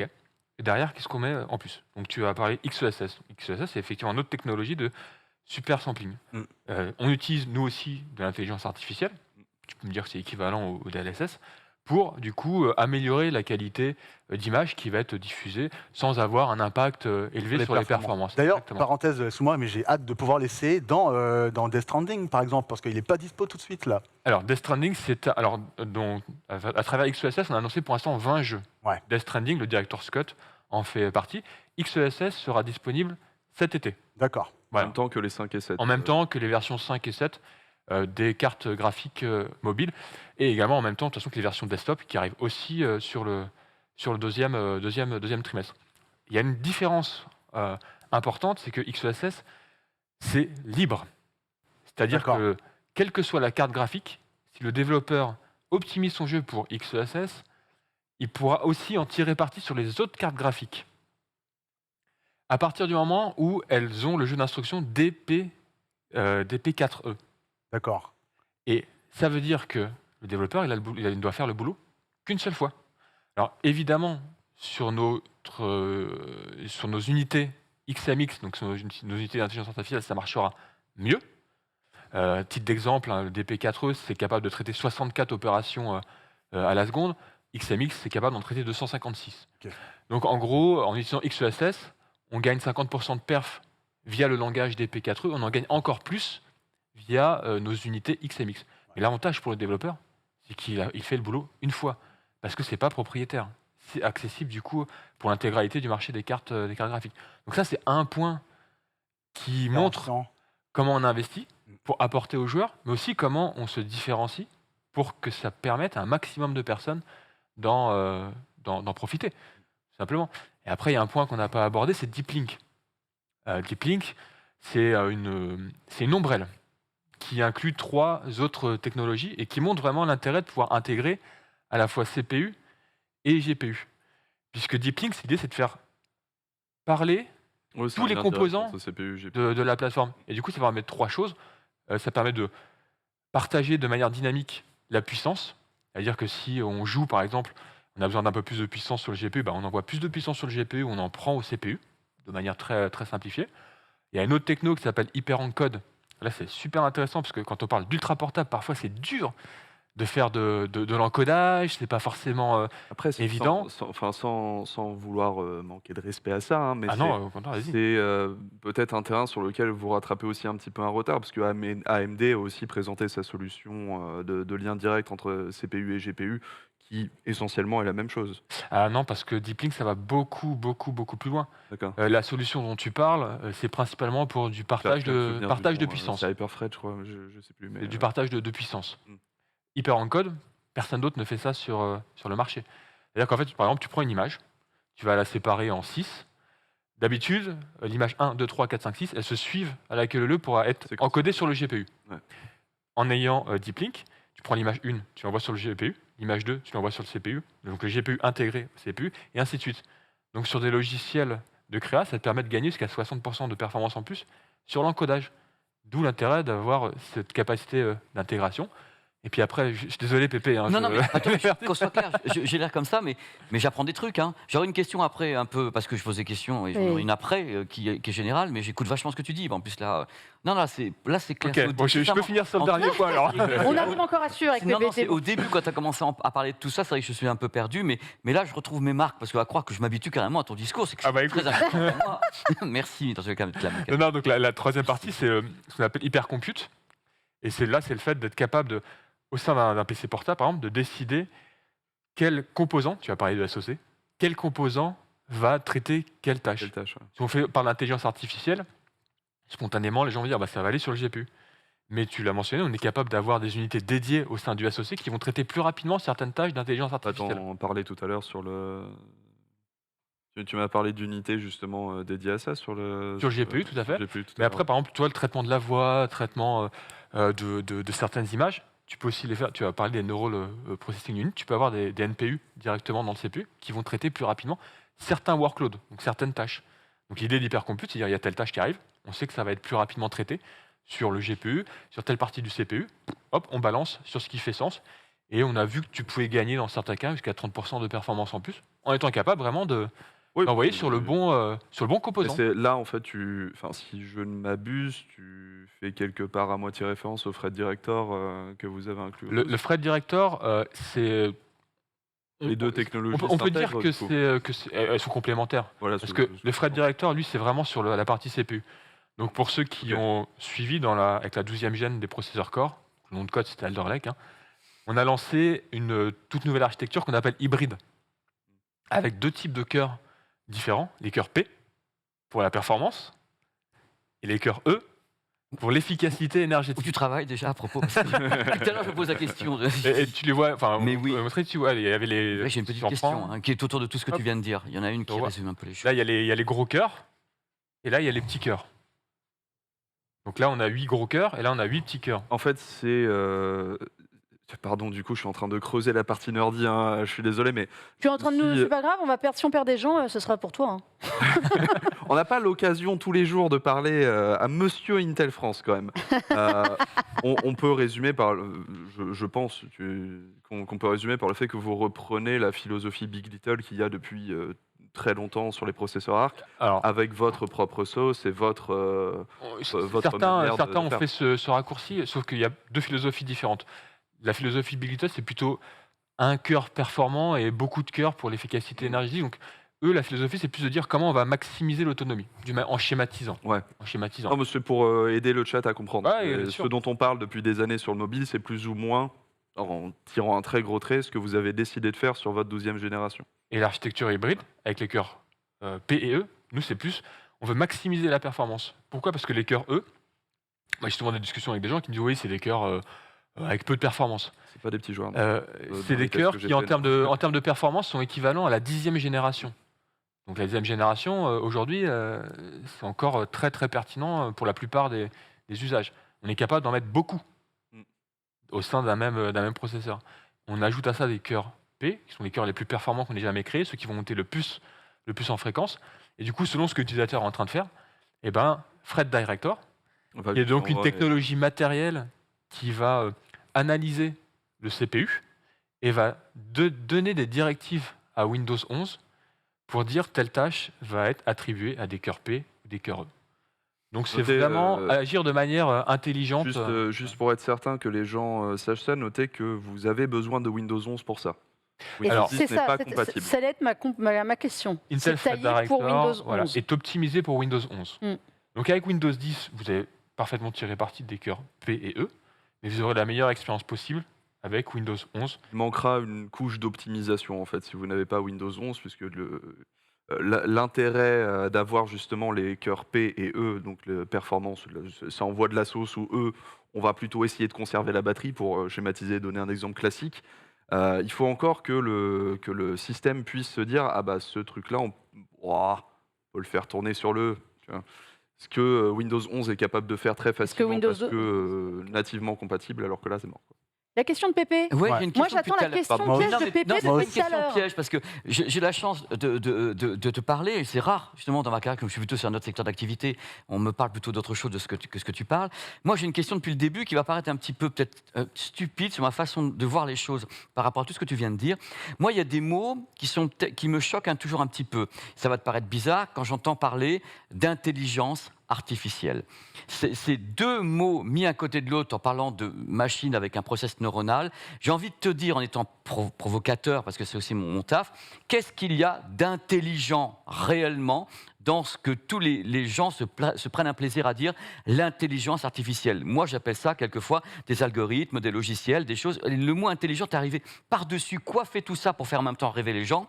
On en trouve dans les téléviseurs. Attention, ton téléviseur, il est intelligent, celui-ci. L'intelligence artificielle, moi, je vois un processing qui est un peu différent, plus évolué, avec des patterns, avec des choses qui sont pré-réglées. On parle d'upscale intelligent, on parle de tas de trucs comme ça. Moi, ça me paraît très trouble. Je me mets à la place du public. Est-ce que là, tu peux me dire qu'est-ce qu'il y a de réellement intelligent par rapport à ce qui n'était pas intelligent, ou pas libellé comme tel? Non, mais c'est un bon point parce qu'en fait, l'intelligence artificielle aujourd'hui, c'est un terme qui regroupe plusieurs domaines. Tu as le deep learning, machine learning oui, notamment. Ça, je conçois. Et encore, on n'a pas abordé le neuromorphique. Alors, Là, Là, tu viens de Me regarde même pas, mais moi, je suis perdre paumé. Pépé, je crois, en 2 secondes. Non, mais Qu'est-ce que je suis là c'est pour Donc, apprendre. Qu'est-ce que c'est effectivement, comme tu as dit, aujourd'hui, dans ce qu'on va retrouver sur les PC, on fait d'abord tourner des algorithmes, donc on entraîne des logiciels à reconnaître des images ou Oui. à anticiper des tâches. Oui, ça, Et une entièrement fois que ce modèle est entraîné, on l'envoie sur ce qu'on appelle donc la périphérie, donc tous les appareils d'accord. qui existent. Et Ouais. ce sont souvent, en tout cas c'est meilleur toujours quand c'est des unités dédiées qui s'en occupent, parce que ça va être traité plus rapidement. Oui. Si on prend l'exemple, je vois qu'il y a une machine Evo qui est en face de moi, la prochaine génération va intégrer ce qu'on appelle un VPU, donc c'est Visual Processing Unit, et également un GNA pour Gaussian Neural Accelerator. Mhm. Si on prend juste l'exemple Le du premier GNA, dont tu m'as parlé, ça fait quoi? c'est pour le VPU. traitement d'image. Donc ça accélère le traitement d'image. Que ce soit quand tu fais de la retouche, quand tu veux faire de l'upscaling d'image. Ça, c'est Photo, correspond etc. à mon secteur d'activité, les téléviseurs. Justement, et là il fait quoi? Où intervient l'intelligence là-dedans? L'intelligence, c'est que ça te permet de faire tourner l'algorithme. Donc je suis d'accord avec toi pour. Si le mot intelligence, C'est le point tu penses qu'il y a un cerveau qui réfléchit. Humain, et nous, on dit on a des circuits neuronaux, parce que je l'entends du matin au soir, j'étudie tous ces trucs-là, et moi, c'est ce mot intelligent qui me fait bizarre. Je ne dis pas que c'est pas intelligent, c'est que ce que je dis, c'est que quelque part, on est en train peut-être de mettre une merveilleuse carotte au bout du bâton, en disant maintenant, vous aviez des produits avant, mais tu n'es pas intelligent, maintenant on te met ça, et c'est en même temps une aide à la vente, de dire maintenant, ton machin, il va être intelligent. C'est là-dessus que j'aimerais venir. Les produits ont toujours été intelligents parce que de toute façon, le processeur, c'est le cerveau. C'est merci. Voilà, de base. Merci. C'est tout ce que je pense. L'intelligence artificielle, c'est aussi comment un logiciel Oui. ou un composant va être capable de réagir à ce qui se passe et à des choses qui sont non prévisibles. Parce que par exemple, quand tu fais de l'encodage, c'est séquentiel, on sait ce qui se passe, etc. Donc ça, voilà, là-dessus, c'est simple. Mais aujourd'hui, on a tous été plus ou moins en télétravail. On s'est tous retrouvés à faire des conférences où tu avais le chien ou le livreur DHL qui sonnait. Merde, du coup, bon, c'est un peu galère. Ou quelqu'un qui courait dans le couloir, les enfants qui crient, enfin, peu importe. L'intelligence artificielle là, va permettre de s'adapter à ces situations qui sont non prévues, à la volée, à travers justement l'algorithme qui a été entraîné, pour, par exemple, enlever tout ce qui est tous les échos, tous les bruits parasites. Donc il y a ça. Effectivement, je peux aller dans ton sens en disant que qu'est-ce qu'il y a dans l'intelligence. Maintenant, dans ce qu'il y a vraiment d'intelligence, ça va être encore un autre domaine dans le sens où toi tu entends intelligence. Et notamment le neuromorphique. Et là, Je suis content que tu m'en parles. on va- Cette partie-là, le neuromorphique, ça ne me dit rien. Tout le reste me parlait. et là, en fait, Merci. alors, le neuromorphique, c'est comment tu développes des solutions qui vont fonctionner de la même manière que le cerveau, c'est-à-dire qu'elles vont apprendre toutes seules, selon des situations données. Aujourd'hui, on est capable d'avoir des robots qui vont sentir des odeurs et dire ce que c'est. Mais ça, c'est pas lié à un algorithme. C'est lié à de l'entraînement tel que ça se passe dans notre cerveau. Et on a typiquement des robots aujourd'hui qui aident les pompiers pour aller dans des maisons, pour voir s'il y a du gaz ou quel type de gaz, etc., de manière à les prévenir. Et en fait, ils se sont entraînés tout seuls, avec l'expérience. Je connais pas vraiment ce dont tu parles, parce que figure-toi, là, ça va peut-être un rapprochement qui parlera peut-être aux gens. C'est une technologie qui est utilisée, moi je suis sur le téléviseur notamment, comprends, ouais. par Sony, c'est sur le Bravia-Core. Le Bravia-Core, les téléviseurs 2021-2022, utilise une façon de fonctionner dite intelligente qui permet à ces téléviseurs de s'adapter à la façon dont on verrait n'importe quel type d'image. Et en plus, il y a un deep learning dessus. Et c'est ce que tu me dis, mais je ne l'avais pas analysé comme ça. Et c'est très récent, et Sony le vend, c'est les modèles les plus chers. Et eux, ils se mettent à la place de l'être humain, ils réagissent comme l'être humain sur la façon de diffuser les images. Tu peux le connecter et le déconnecter, c'est assez surprenant. C'est ce que tu me dis, je ne savais pas que ça s'appelait comme ça. C'est le nouveau champ d'action de l'IA. Ça, sur l'anticipation des réactions. Moi, je suis très content Dans de cet savoir. exemple-là, je pense que ça reste du machine learning et du deep learning, c'est pas du neuromorphique, mais Oui, j'entends, mais dans ce l'idée... sont des domaines de l'idée toute la façon, même. qui évoluent. Et c'est pour ça que l'intelligence artificielle d'aujourd'hui, elle n'aura rien à voir avec l'intelligence artificielle il y a dans 5 ans, dans 10 ans. J'ai hâte. C'est un domaine qui est en pleine Mais je voulais expansion. savoir, moi aussi, je voulais, en tant qu'être humain, comprendre ce mot intelligence dans vos mots à vous, puisque j'ai la chance de parler avec quelqu'un comme toi, ce que ça voulait dire chez Intel. Michael, le chat réclame la finesse de gravure Merci d'Intel beaucoup, Arc. Intel Arc, alors ça va peut-être les surprendre. Les produits sont faits chez TSMC Ouais. en N6. D'accord, bah voilà. Voilà, Vous avez, on les vous avez- fait, vous avez votre réponse. J'ai vu, je pense, passer la question je ne sais combien de fois. Et alors, j'ai une question que j'aime bien, je ne sais pas, je pense que vous l'avez peut-être repérée aussi, de Tech and Shoot qui dit du coup, à quand la tour full Intel processeur, carte graphique, carte mère, RAM pour que tout fonctionne parfaitement et soit optimisé? Alors, non, alors, Quand on commence à avoir tout, à un moment, il faut tout mettre au même endroit. non, mais ça voudrait dire qu'il faut Bon, qu'on ok. fasse les boîtiers, la RAM, etc. On a déjà pas mal de Ça choses veut à dire faire qu'on avec se les fâche. CPU et les GPU. Ça veut dire qu'on se fâche surtout avec les partenaires. Mais accessoirement. maintenant, il y a la question tour classique. Donc là, il va falloir attendre un petit peu pour avoir la full tour Intel. La tour CPU plus GPU, il faut juste attendre la fin de ce trimestre. Mais il existe déjà, pour ceux qui connaissent un petit peu, des PC full Intel, c'est ce qu'on appelle les NUC. Voilà. Alors, à part la mémoire, qu'on ne fait pas, et la RAM, le reste, c'est du full Intel. Donc ça existe Voilà. déjà. Ça existe à 80-90% en full Intel. Est-ce qu'on connaît les premiers, tu as dit, les premiers PC qui allaient arriver en arc on a des références ou pas déjà? Oui. Il y a quoi comme modèle pour donner une que petite j'avais idée? retenu, il y avait le Samsung Galaxy Book 2 Pro. J'en ai parlé. Le fameux qu'avait JK Oui, la mais semaine dernière. Mais qui n'était pas c'est la en version. option. Mm. Voilà. Et sinon, c'est les partenaires habituels qui vont en proposer sous peu, les Asus, les MSI. Nativement, ça. pas en option. Les deux, je pense. Pour l'instant, on a eu d'annonces que de marques qui vont qui vont les utiliser. À peu de choses près, avec que le Samsung Galaxy Book 2 Pro, qui pour le coup a été vraiment mis en avant, qui devrait C'est proposer. déjà disponible en fait dans Voilà. certains pays, dans le Mais monde, en notamment en Corée. Il est disponible. Et puis oui, comme tu l'as mentionné, il y a nos partenaires traditionnels, Ouais, les Acer, actuels, quoi. Asus, MSI, Clevo, Lenovo. Enfin, ils vont tous avoir des références avec de l'arc mobile. Ouais. J'ai une question avant peut-être qu'on passe sur la partie CPU, Ouais. notamment finesse de gravure, chauffe, puce M Apple, etc. Parce que c'est une partie qui m'intéresse vraiment beaucoup. Je me demandais concernant, on a vu que vous avez, enfin moi j'ai vu que vous avez un logiciel pour pouvoir coordonner un peu tout ce qui est lié à Intel Arc, qui a l'air vachement bien fichu d'ailleurs. J'ai hâte de voir ce que ça va donner du point de vue concret. Comment vous vous positionnez vis-à-vis des pilotes? On sait par exemple que AMD, pendant longtemps, ils ont eu beaucoup de mal à sortir des pilotes graphiques pour les jeux vidéo qui étaient pleinement efficaces. Ça a changé, heureusement, aujourd'hui, les choses se sont améliorées. Et donc, du coup, est-ce que vous êtes... est-ce que vous êtes chaud là-dessus? Est-ce que vous êtes prêt à rentrer? Non, mais c'est vrai. Arriver d'un point de vue matériel, ok, on est d'accord. Logiciel, on a vu un petit peu, ça a l'air vachement cool. Je ne sais pas si Borvo ou à la Réal, ils pourront nous passer des images, mais en tout cas, le logiciel a l'air vraiment sympa. D'ailleurs, on y voit quelques chiffres sur d'autres GPU, n'est-ce pas? Et par contre, en termes de pilote, je ne sais pas du tout. C'est Jackie Chan qui l'avait posé 150. Merci beaucoup, camarade. Je ne sais pas du tout. Enfin, je me demande, est-ce que vous êtes prêt à ça et est-ce que vous êtes à quel point vous travaillez avec les différents développeurs de jeux vidéo pour pouvoir justement anticiper des sorties et faire comme Nvidia le faisait depuis longtemps et AMD le fait depuis suffisamment longtemps désormais, des pilotes dès le premier jour ou même la veille de la sortie d'un jeu, quoi. Et est-ce qu'ils seront disponibles sur Linux? Ça, c'est sa question. Elle Ça suffit, Linux. Ça suffit. C'est important, c'est libre. Alors, déjà, pour répondre à ta question sur Linux, je ne sais pas te dire aujourd'hui. Je ne sais pas te dire. Je pourrais m'enseigner, mais je ne veux pas te promettre qu'ils le seront et que ce ne soit pas le cas. Donc voilà. Je veux bien que tu m'envoies un mail. Ouais, je vais m'enseigner curieux et puis je te dirai. Tu pourras partager du coup aussi avec les gens a posteriori. Après, par rapport à ta question chrono, j'ai envie de dire qu'on est ultra chaud parce que on a clairement indiqué qu'on s'engageait pour les jeux les plus récents à livrer des pilotes day zero. Donc vraiment les pilotes au moment où le jeu Quand les joueurs les veulent. quand les jeux arrivent. Alors oui, ça va demander un travail important avec les éditeurs de logiciels. C'est un investissement qui est important, qui est nécessaire, de manière à proposer la meilleure expérience possible pour les gens qui vont être équipés de cartes ARC. Donc on sait qu'on va être attendu dessus. On sait qu'on a certainement encore un petit peu de travail aussi là-dessus, mais ça fait clairement partie des priorités que l'on a sur ce marché. Hein. Là-dessus, il n'y a aucun doute. Après, tu parlais d'Arc Control. Ouais. Alors, je l'ai installé sur cette machine pas plus tard qu'avant-hier, justement, Ouais.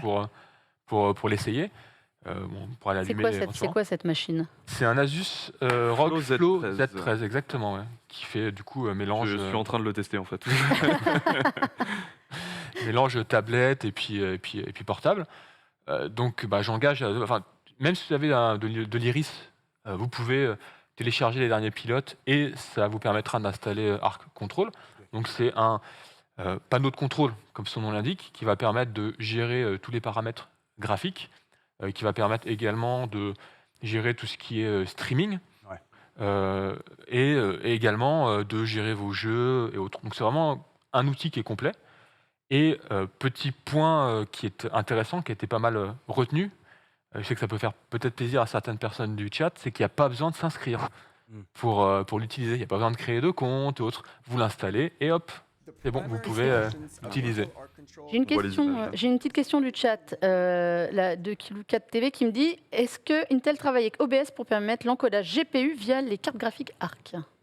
Alors oui, on travaille évidemment avec OBS, donc l'encodage sera pris en compte. Alors après, si on veut faire peut-être un petit focus sur Heavy One, aujourd'hui OBS ne prend pas en compte Heavy One.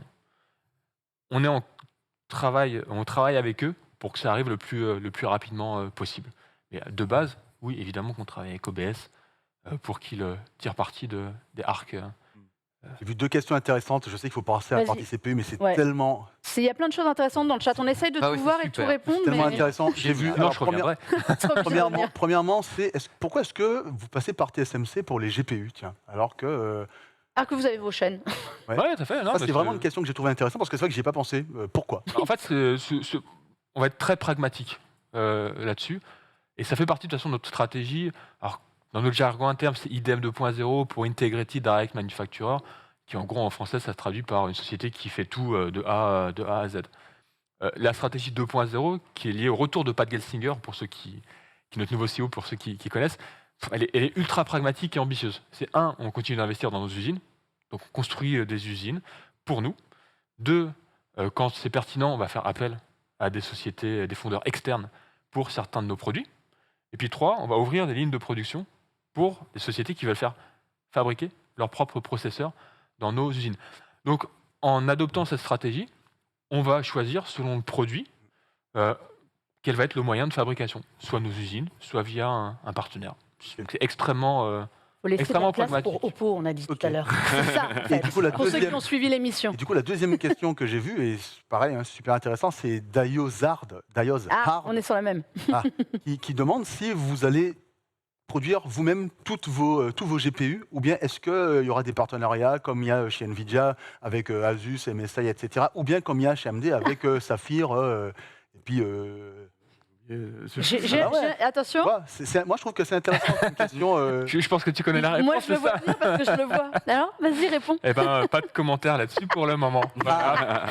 Ça y est, Je l'ai Ok. vu. on a eu le Ok, premier ok. de l'émission, Le c'est moment bon. on l'a où eu. tu as Quand commencé même, la t'as tenu question, bon j'ai vu boucher, la... Ah, ça- franchement, J'ai vu la réponse apparaître directement dès les Sur son premiers mots. visage, ah ouais, ok. Alors, Bon. il y avait une autre question, Non, mais- une dernière pour finir. Vas-y. Après, juste, pour ceux qui ont regardé le webcast de lancement de la semaine dernière, ils ont peut-être vu un design qu'on a montré en toute Ouais. fin de webcast d'une carte donc pour desktop.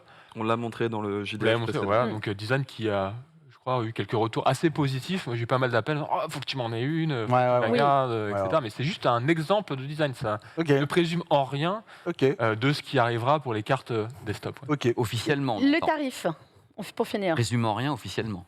Les tarifs. Eh ben, sur les machines portables, comme c'est tout intégré via les Mm. partenaires, il n'y a pas de tarif Il de n'y a pas de vente. tarif. Il n'y a pas de vente à l'unité Non, prévue. en C'est ça. portable, Voilà. en portable, faut non. dire aux- En portable, tout est Mm. intégré, voilà, ce qui est logique. Mais avoir trouvé les premiers portables intégrant l'Intel Arc 3 à 899 dollars, du coup, Mm. parce que ça fera en euros, mais on parle de machines 950 000, aux ouais. alentours de 1000 euros ou un petit peu moins, seront plutôt des machines du coup ultra portables, notamment avec le label Evo.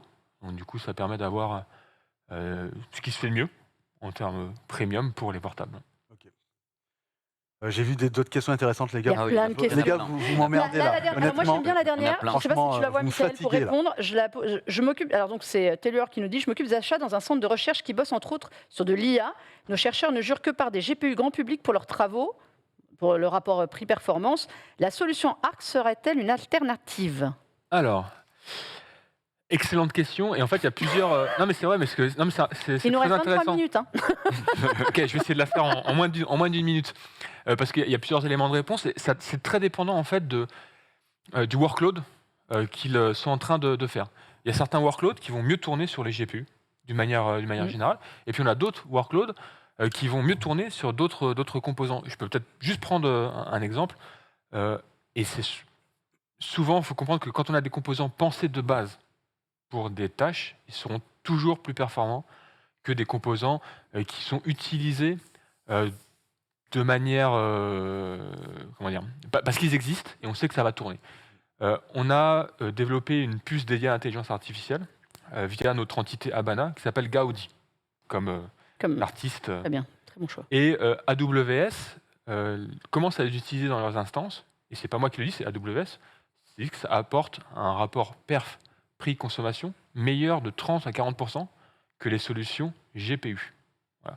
Donc, il faut vraiment voir le workload de ces chercheurs et comprendre du coup quel est le matériel existant qui va le mieux en tirer parti. C'est peut-être du GPU, c'est peut-être un autre composant.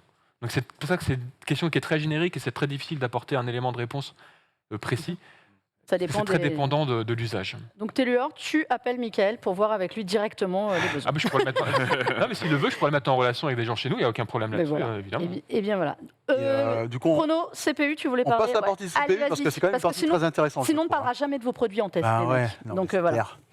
Alors du coup, c'est vrai que Intel en termes de CPU, en termes comment dirais-je, de comparaison, même sur le gaming, sur les années précédentes, vous revenez de loin, hein, on va le dire. Hein. Non, t'es pas d'accord avec ça? Ah non, je suis pas d'accord. Ça y On est bien première étonnés, dis donc. première D'accord. entrée dans Comment le ça, DH t'es du pas jour. d'accord Ça y est, Non, mais c'est parti. enfin, je veux dire, AMD, vos concurrents directs, ont eu littéralement pendant pas mal de temps, en fait, la mainmise sur les CPU, de point de vue, en tout cas, de l'aura qu'ils dégageaient vis-à-vis des joueurs. En tout cas, moi, j'avais l'impression qu'en tant que gamer, personnellement, j'ai remarqué qu'il y avait beaucoup de joueurs, même qui étaient chez Intel avant, qui allaient vers AMD.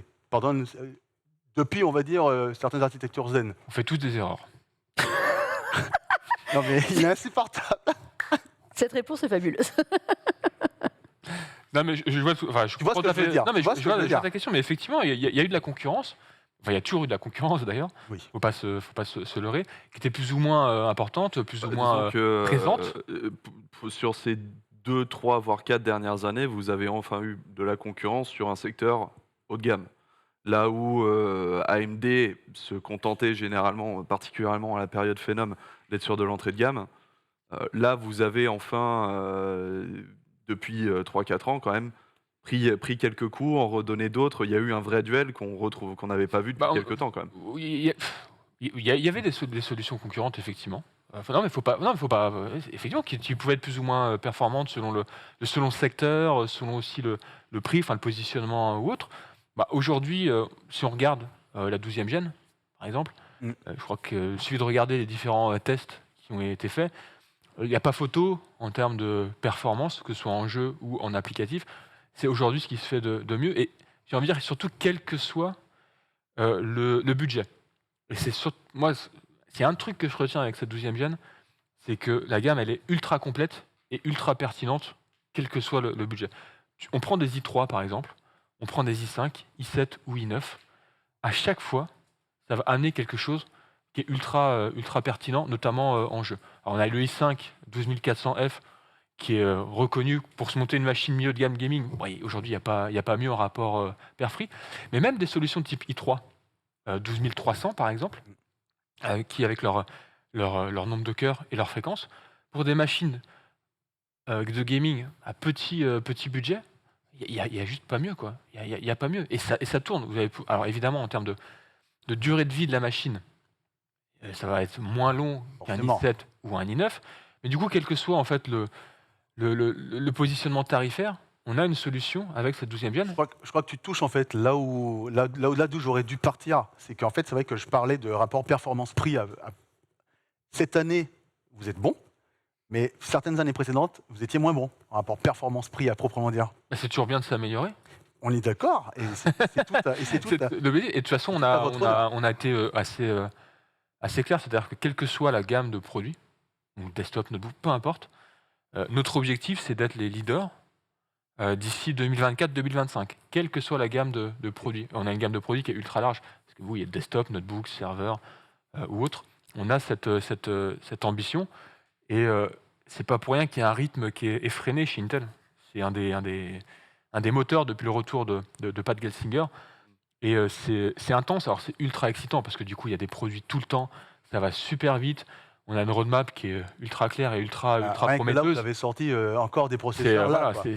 c'est dingue. Alors, on a annoncé les successeurs d'Alder Lake sur les Raptor Lake d'ici la fin de l'année. On a dit qu'on allait augmenter le nombre de cœurs. On va passer jusqu'à 24. Pour parler justement de changement de génération, je reprends une question que j'ai lue il y a 30 minutes, mais c'était trop tôt avant parce qu'on parlait pas CPU, sur la longévité des sockets. J'allais poser la même, Voilà. très bonne, je pense en effet, oui. Pour être parfaitement honnête, je me souviens plus du tout de quel socket utilise les cordes de 12 Gen, mais sur cette génération-là, a priori, un socket, on va le tenir pendant combien de générations avant de devoir changer Alors, de socket? donc là, effectivement, c'est un nouveau socket. Mais parce que, alors moi, ce que j'avais couramment l'habitude de dire, c'est que tu changeais tout presque du sol au plafond. Parce qu'on parle de CPU, évidemment, mais il faut aussi parler de ce qu'on a amené à côté.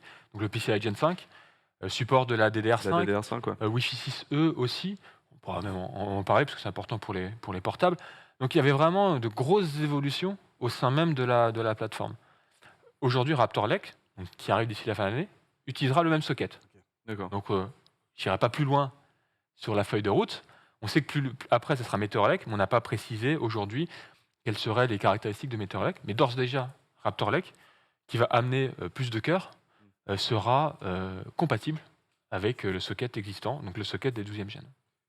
Je me demandais, comment est-ce que vous percevez Apple qui, en fait, vous a délaissé à mesure que le temps passe. Ça fait 2 ans là qu'ils ont commencé à partir Commence un à petit peu. éliminer tout. Voilà, tout produit. ce qui est lié à Intel, et d'ailleurs qui arrive avec des rapports performance, énergie, qui sont très très efficaces. Comment est-ce que vous vous positionnez face à ça, et comment est-ce que vous comptez y répondre? D'autant que, tu l'as dit tout à l'heure, vous comptez être leader d'ici quelques années, quoi. Oui, bah c'est un objectif qui est très clair et très ambitieux hein, pour nous. Hein. C'est vraiment d'être d'ici 2024-2025 le leader en termes de rapport perf par watt. Mm. En 2024, bah, c'est bientôt. Demain, bah, C'est c'est vrai, bientôt. c'est clairement Ça arrive très, très rapidement. Et d'une part, l'approche hybride, c'est déjà une première étape qui va dans ce sens-là, puisque ça permet vraiment d'adapter ce que l'on est en train de faire, d'adapter le CPU et la meilleure consommation, ou le meilleur rapport perf-consommation possible selon ce qu'on est en train de faire. Et puis après, je pense que les gens qui nous regardent le savent, on parle aussi d'écosystème. Ça, c'est ultra important parce que partir d'une page blanche pour développer une solution ultra optimisée pour certains logiciels dont on sait qu'ils vont être forcément utilisés, c'est entre guillemets plus simple que d'avoir un historique, tout un écosystème, un historique qui a plus de 20 ans, où vous avez du coup des dizaines de millions d'applications qui tournent. Vous avez des dizaines de milliers de périphériques qui tournent. C'est ce qu'un utilisateur sur le monde du PC il attend. On branche, on lance, ça fonctionne. Ouais. Là-dessus, il n'y a pas de débat. Donc, c'est le choix que l'on laisse aux utilisateurs. Dans le monde du PC, vous avez du choix. Que ce soit en termes de design, Est-ce de ce que vous voulez faire quand ou tu autre. dis ça, tu sous-entends du coup que Intel va continuer sur sa lancée en x86-64 ou est-ce que vous travaillez quand même aussi à, pourquoi pas, créer une référence ARM? Aujourd'hui, on reste sur de l'X86, donc le jeu d'instruction celui qu'Intel a créé. D'ailleurs, petite précision, c'est pas une architecture. Parce on fait souvent le mélange entre architecture et jeu d'instruction. L'architecture va utiliser le jeu d'instruction. C'est pour ça que des fois on nous dit telle architecture X ou Y est meilleure. Non, c'est le jeu d'instruction et après on développe l'architecture pour aller sur ce jeu d'instruction. Donc nous, pour l'instant, on reste sur notre architecture, enfin notre jeu d'instruction x86 pour notre gamme de produits, qui a un historique qui est extrêmement important parce que voilà, cet historique fait qu'aujourd'hui, on reparlait de Doom, je vais reprendre l'exemple, mais Doom aujourd'hui il fonctionne sur les PC actuels. Il fonctionnait sur les PC d'il y a 20 ans, et il fonctionnera sur les PC dans 20 ans aussi. Parce qu'il y a justement cette compatibilité, cet historique, qui fait que c'est un avantage, mais du coup ça peut aussi faire en sorte que certains choix d'architecture soient contraints par rapport à cette historique et cette volonté aussi de garder cet écosystème ouvert.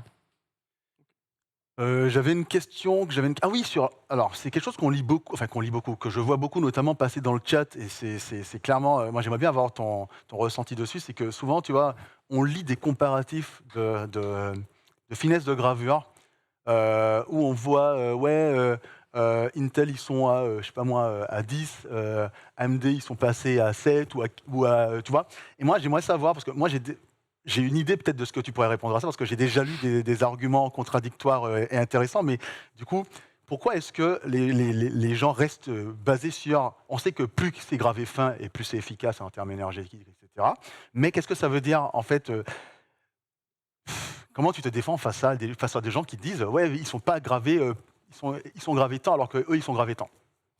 Mélinda, on a combien de temps? 12 minutes. Non, mais là, pour le coup, je trouve que c'est une question intéressante, parce que c'est Non, mais l'éternel débat, querelle des chiffres. Bah ouais. Je te remercie de la poser parce que ça va permettre, alors, je vais essayer d'être le plus clair possible, parce qu'il y a beaucoup d'éléments en fait, à prendre en considération. Alors, déjà, moi, j'ai jamais vu quelqu'un entrer dans un magasin et dire je veux un processeur gravé en 7, 10, 14. Ça n'existe pas. La personne a dit j'ai besoin de faire ça, quelle est la meilleure solution pour moi? Ça part toujours de l'usage. Ces discussions autour de la finesse de gravure, c'est des discussions extrêmement intéressantes parce que c'est ce qui fait avancer la technologie, mais ça reste, mine de rien, conscrit à la communauté tech. Et moi j'adore parce qu'au contraire, ça permet de mettre énormément de choses en avant et de montrer comment on fait avancer tout ce domaine-là. Ça fait énormément d'années que le nom des procédés n'a plus aucun lien avec la finesse ou la taille d'un transistor, sauf chez Intel. D'accord. C'est-à-dire que nous, quand on disait qu'on a un procédé qui est en 14 nanomètres ou 10 nanomètres, c'est effectivement la taille du transistor plus des gates.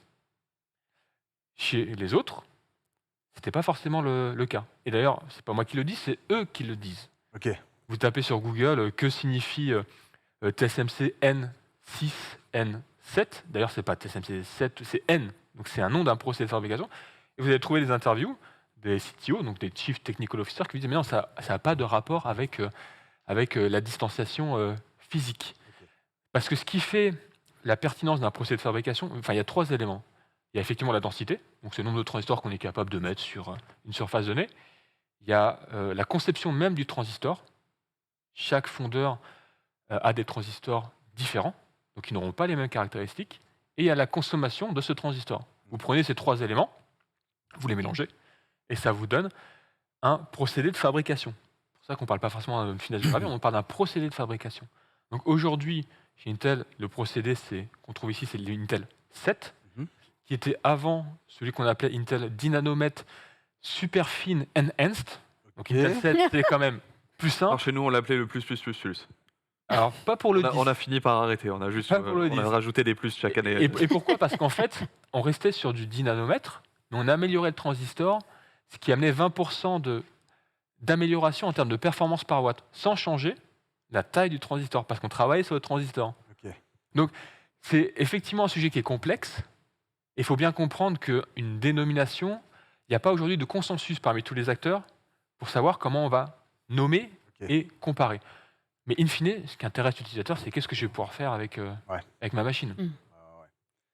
Ok, écoute, merci. On est pas mal. Je regardais s'il y a encore des questions. On avait une partie sur les investissements, notamment en Union européenne. Mais en gros, vous allez investir beaucoup en Union européenne. Là, c'est genre 80 milliards. Voilà. Un petit 80 milliards. J'imagine que c'est pour éviter qu'on soit dans des situations comme ceux qu'on est en train de vivre aujourd'hui avec Shanghai qui est fermé, qui est loqué de partout, et donc du coup avec des fabrications qui... En fait, c'est vrai que si on reprend un petit historique, à la fin des années 80, l'Europe produisait 44% des semi-conducteurs dans le monde. Aujourd'hui, c'est moins de 10%, c'est 9%. Donc, et c'est parce que l'Europe n'a pas forcément voulu les garder, faut être clair. Donc toute cette production, et c'est la même chose pour les États-Unis, toute cette production est partie dans les pays asiatiques, qui aujourd'hui représentent plus de 80% des semi-conducteurs. Et donc on a vu, malheureusement avec la crise sanitaire, que ça pouvait occasionner des ruptures dans la chaîne logistique, et on se retrouvait avec des produits qui étaient plus disponibles.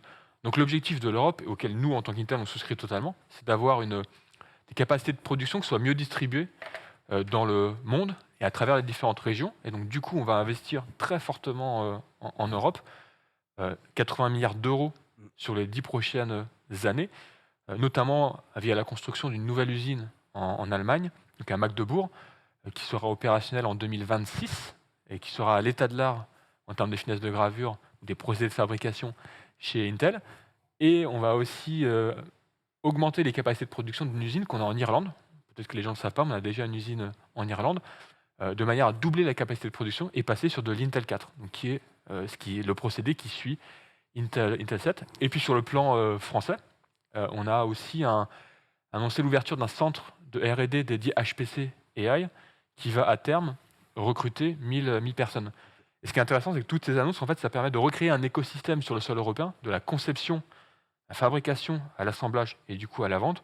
Et la partie conception va se faire en France. Par curiosité, ces usines européennes, les fonderies du coup que vous allez lancer, elles seront uniquement dédiées à Intel ou ça fait partie aussi du programme où ça fait tout à fait partie du programme, alors qu'on appelle nous IFS pour Intel Foundry Services, donc c'est une entité dédiée, indépendante au sein d'Intel, et donc il y aura des capacités de production dédiées aux constructeurs européens. On peut prendre un exemple, on prend le secteur de l'auto. Aujourd'hui, dans une voiture premium, la part semi-conducteur, c'est 4% du coût de l'auto, et en 2030, ça sera 20%, donc ça sera x5. Donc ça va demander effectivement des capacités de production, notamment pour les constructeurs européens. Donc dans cette usine, il y aura des capacités de production qui seront dédiées aux acteurs européens. Et toute la partie design, pour ces acteurs, va aussi se faire en France. Puisque ça va leur permettre de bénéficier de tous les outils que nous, on a mis en place. Et également toutes les IP, puisqu'on va ouvrir notre catalogue d'IP, notamment le x86. Donc on peut avoir des acteurs hors Intel et hors AMD, par exemple, qui vont faire des puces x86 pour leurs propres besoins. C'est avec Tesla que vous allez travailler, vu qu'ils s'implantent en France aussi pour économiser en Europe pour économiser les coûts, et qu'ils ont besoin de tout ça. Je ne sais pas. Je pense qu'à Gigafactory c'est en possible, Allemagne, il va y avoir des liaisons. On peut prendre n'importe quel acteur européen qui a besoin de semi-conducteurs, et c'est potentiellement un client de l'entité Vous êtes aussi présent dans IFS. certains robots, puisque moi j'en ai rencontré un. J'ai rencontré un robot, un Cyberdog de Xiaomi, qui était motivé par le système. Il m'a sauté à la gueule. Non, c'est vrai. Je ne dirais pas qu'il a bien fait. Mais Ça peut être extraordinaire. Non, mais sans rigoler. J'ai commencé à travailler dessus et tout. C'est vrai que c'est assez intéressant ce qui est fait dessus. Bon, bah, c'était intéressant tout ça. Avec Pépé, on a appris plein de trucs. Alors j'ai appris des trucs de ouf et puis j'ai eu enfin une réponse, un début de réponse pour ma réflexion sur l'intelligence artificielle, ce mot intelligent placé dedans. Et ça, je te remercie beaucoup, Mickaël, pour ce. Avec plaisir. J'ai jamais eu l'occasion de poser la question et c'est génial. Merci. Merci beaucoup, Vraiment. Mickaël. C'était intéressant. Vraiment. Le chat était très content. Donc c'est Vraiment. pour ça. Messieurs, il nous reste Je un veux peu bien faire plus mon 5 test. minutes. C'est ce que Ça j'avais te demandé. gêne pas, je suis On pas- fait un test. Y a Je pas de suis pas là souci, pendant, t'inquiète je suis pas là pendant Le 2 test de semaines. cet ordinateur. Silence. On passe au test tout de suite, très vite. Faut faire la loi, sinon on va jamais y arriver. Parce qu'il a déjà essayé la semaine dernière. Hein, on lui a fait. Donc vas-y, chrono. Ouais, en plus, je suis pas dans les 2 prochaines semaines. Donc, je vais vous parler du Razer. Ah bah oui, Razer, attendez, vous m'attendiez, le Razer. Tout ça pour Ah, mais- ça. Et il nous a Kraken. fait du Nvidia, il pouvait nous faire du Razer. bah sinon oui, sinon le le- JDH n'était pas le JDH. Le Razer Kraken 3 Pro. Alors, vous savez quoi? On va aller dans l'efficacité maximale et rapide. C'est un casque, alors je vous parle de ceux qui fonctionnent très bien. C'est un casque sans fil, donc parmi les Kraken, que les gens qui connaissent Razer connaissent plutôt bien, avec un bon design. Pépé avait pu l'essayer un petit peu la dernière fois, tu as Yes. pu regarder. Je trouve qu'il est Le très, très bien design, fini. Ouais. il est confortable, il est léger. Le simili-cuir à retour, comment c'est quoi déjà? Mémoire de forme, voilà, merci, c'est le terme que j'ai. Merci, heureusement que Pardon, t'es là. j'arrivais Merci, pas à je cherche être- le terme. La qualité audio est vachement cool en réalité dessus, en jeu, en tout cas parce que moi c'est un casque gaming, donc je vais pas écouter de la musique avec parce que j'en ai rien à foutre. Désolé. C'est Donc honteux. la qualité audio est très très cool en jeu et en plus vous savez que Razer a racheté THX, j'aurais le montant. Ah, en fait je vais beaucoup trop vite. Vous savez que Razer a racheté Oui, THX t'as le temps en fait. il y a pas mal de temps. Ouais, j'ai le temps, J'ai je de vais prendre quoi mon temps. combler si jamais tu finis dans les 12 secondes qui restent, mais t'inquiète pas, on a le temps. Non mais en fait il mérite vraiment qu'on s'y attarde. Et en fait ce qui est cool c'est que ça fait vraiment longtemps que je l'utilise, c'est juste que j'avais pas eu le temps de le placer en test Oui, parce qu'il est pas resté. entre le départ en Martinique et enfin bref des tas de choses. Et donc du coup en réalité la qualité audio est cool et le son spatial THX qui est inclus à l'intérieur, maman je suis en émission, désolé, la qualité audio qui est incluse à l'intérieur. La spatialisation Cette audio de émission, ça va THX est vachement bien. Bien sûr, si vous avez plutôt du DTS Ultra ou bien du Dolby Atmos, vous pouvez remplacer par ce que vous voulez comme solution. Il y a un micro unidirectionnel qui est détachable et qui se met de la sorte comme ça ici, qui fonctionne vraiment bien pour un casque. Hein. Bien sûr, on parle d'un casque, vous n'atteindrez jamais la qualité audio d'un vrai micro sur pied posé devant vous. Et surtout, et ce qui est intéressant, c'est qu'il est compatible tout. Pourquoi il est compatible tout? C'est-à-dire que par défaut, vous avez le dongle qui est ici, que vous branchez sur votre PC pour avoir le mode sans fil. Si vous le branchez sur une PlayStation 5, eh ben, ça va fonctionner aussi, et ça, c'est plutôt cool. Et si jamais vous n'avez pas si jamais vous le branchez sur une Xbox, ça ne marchera pas, mais au pire, vous avez une prise jack ici, que vous pouvez mettre sur votre manette, sur votre Switch, sur votre smartphone, n'est-ce pas? Parce qu'on a tous une prise jack sur le smartphone, clin d'œil, clin d'œil. Et ça, c'est vachement cool. Et en fait, le casque... En USB, ça fonctionne aussi? En liaison USB? Comment? Oui, c'est de l'USB. Non, mais Comment filaire USB, tu peux le faire aussi? Non. Tu vois, la question, elle est là. Non. D'accord. Alors, en fait, j'ai pas essayé, peut-être. Pour être honnête avec toi, C'est pour ça, j'ai pas essayé. Là, cool. moi, je pense que Ça peut être cool. l'USB ne sert qu'à la recharge. Peut-être, mais Peut-être que j'ai raconté une bêtise. mais en tout Excuse-moi cas- pour la question, je suis désolé. Ah non, mais au contraire, mais dis donc, Pépé, enfin, voyons. Au On contraire, fait ça entre nous, mais moi, plaisir. ça m'intéresse. Non, j'ai pas essayé. Pour être T'as honnête avec toi, T'as j'ai- dit THX, t'as réveillé Pépé de Ah, toute putain, façon. T'as appuyé. voilà. Non, ouais, la spatialisation fonctionne vraiment bien. Franchement, je jouais à Dying Light 2 ou bien. N'oublie pas que THX, c'est un label de qualité, hein, c'est pas quelque chose de différent. Hein, c'est qu'ils travaillent sur la qualité du son Ouais. en Dolby ou autre, ils travaillent autour de ça. Une question importante. Dis-moi tout. Bah là, j'ai quand même une angoisse. Il est RGB à quel niveau ton casque? Il est full RGB. Ah non. C'est-à-dire que. Attends, je vais On l'allumer est juste sauvés. pour voir. On est- T'es inquiet? On est Attends, sauvés, je vais- il en parlait pas. Moi, Oui. j'étais hyper inquiète. En fait, là. Non, il est. ça y est, c'est parti. Non, il est Ah. vraiment, regardez, il est vraiment RGB avec le petit logo Razer qui s'illumine, n'est-ce on pas? est Pour sauvés. mon plus grand bonheur tout à fait personnel, parce que chez moi, T'es quand c'est même sûr que tu RGB. le vois pas quand tu ou l'as rien. sur la tête. T'es au Pas courant? grave, c'est pas grave. C'est pour une synchronisation globale de mon environnement de travail. Donc, bien sûr, c'est désactivable. Le feng shui de son ordinateur, en fait. Non, mais, hein. non, mais c'est désactivable. Et en fait, moi, je l'utilise en... Alors, il faut savoir que ce qui sort du lot dans ce casque-là vis-à-vis d'autres casques, même chez Razer, hein, c'est qu'il a la technologie HyperSense. On en a parlé lors du Poisson d'avril, c'était la semaine dernière. Et en fait, c'est simplement qu'il y a des vibrations qui sont localisées en fonction... Il y a plusieurs niveaux de vibrations qui De sont... l'aptique? C'est de Ah, l'aptique. c'est de l'aptique, ouais. C'est de l'aptique qui sont Ouais. ici, sur ce bouton-là. Donc c'est off, minimum, moyen ou maximum. Mhm. J'en avais parlé déjà la dernière fois. En fait, donc soit on aime pas. Moi, je le mets en moyen sauf quand ça tremble vraiment beau, quand il y a des jeux avec beaucoup d'explosions et tout, là je le mets en minimum parce qu'en gros, il y a une explosion par là, ça va vibrer de ce côté, il y a une explosion par là, ça va vibrer de ce côté, donc ça donne un côté immersion en plus pour ceux qui aiment. Si on n'aime pas, on désactive. D'ailleurs, le Hypersense que moi j'adore, je l'ai mis dans les plus et dans les moins parce que ça plaît pas. Bien. Il faut savoir que l'autonomie du casque est plutôt bonne de façon globale, c'est-à-dire que moi je laisse le RGB, mon Hypersense en moyen, je n'ai jamais, à aucun moment, alors que je joue vraiment longtemps, à aucun moment je me dis il faut que je le mette en charge au bout de quelques heures, alors que sur un ancien casque réseau qui s'appelle le Nari Ultimate, ça m'arrivait au bout de 8-9 heures de jeu de devoir le mettre en charge avec les mêmes technologies. On a presque fini, C'est oui, il y a bon, 30 secondes. Attends, Ok, attends, en point négatif, absence de Bluetooth, ça c'est vraiment dommage, et il est relativement cher, c'est-à-dire que celui-là, la version sans fil, le Pro, c'est 209,99 €. Le V3 Hypersense, donc avec le fil, c'est 139,99 €. Le V3 tout court, donc sans les vibrations, c'est 109,99 €. Et le X, c'est 79,99 €. Merci. Et on Au dit au revoir. revoir à tout le monde et Au merci à revoir. Mickaël. Merci à Mickaël. On est dans les temps. Merci. Merci. Bon week-end.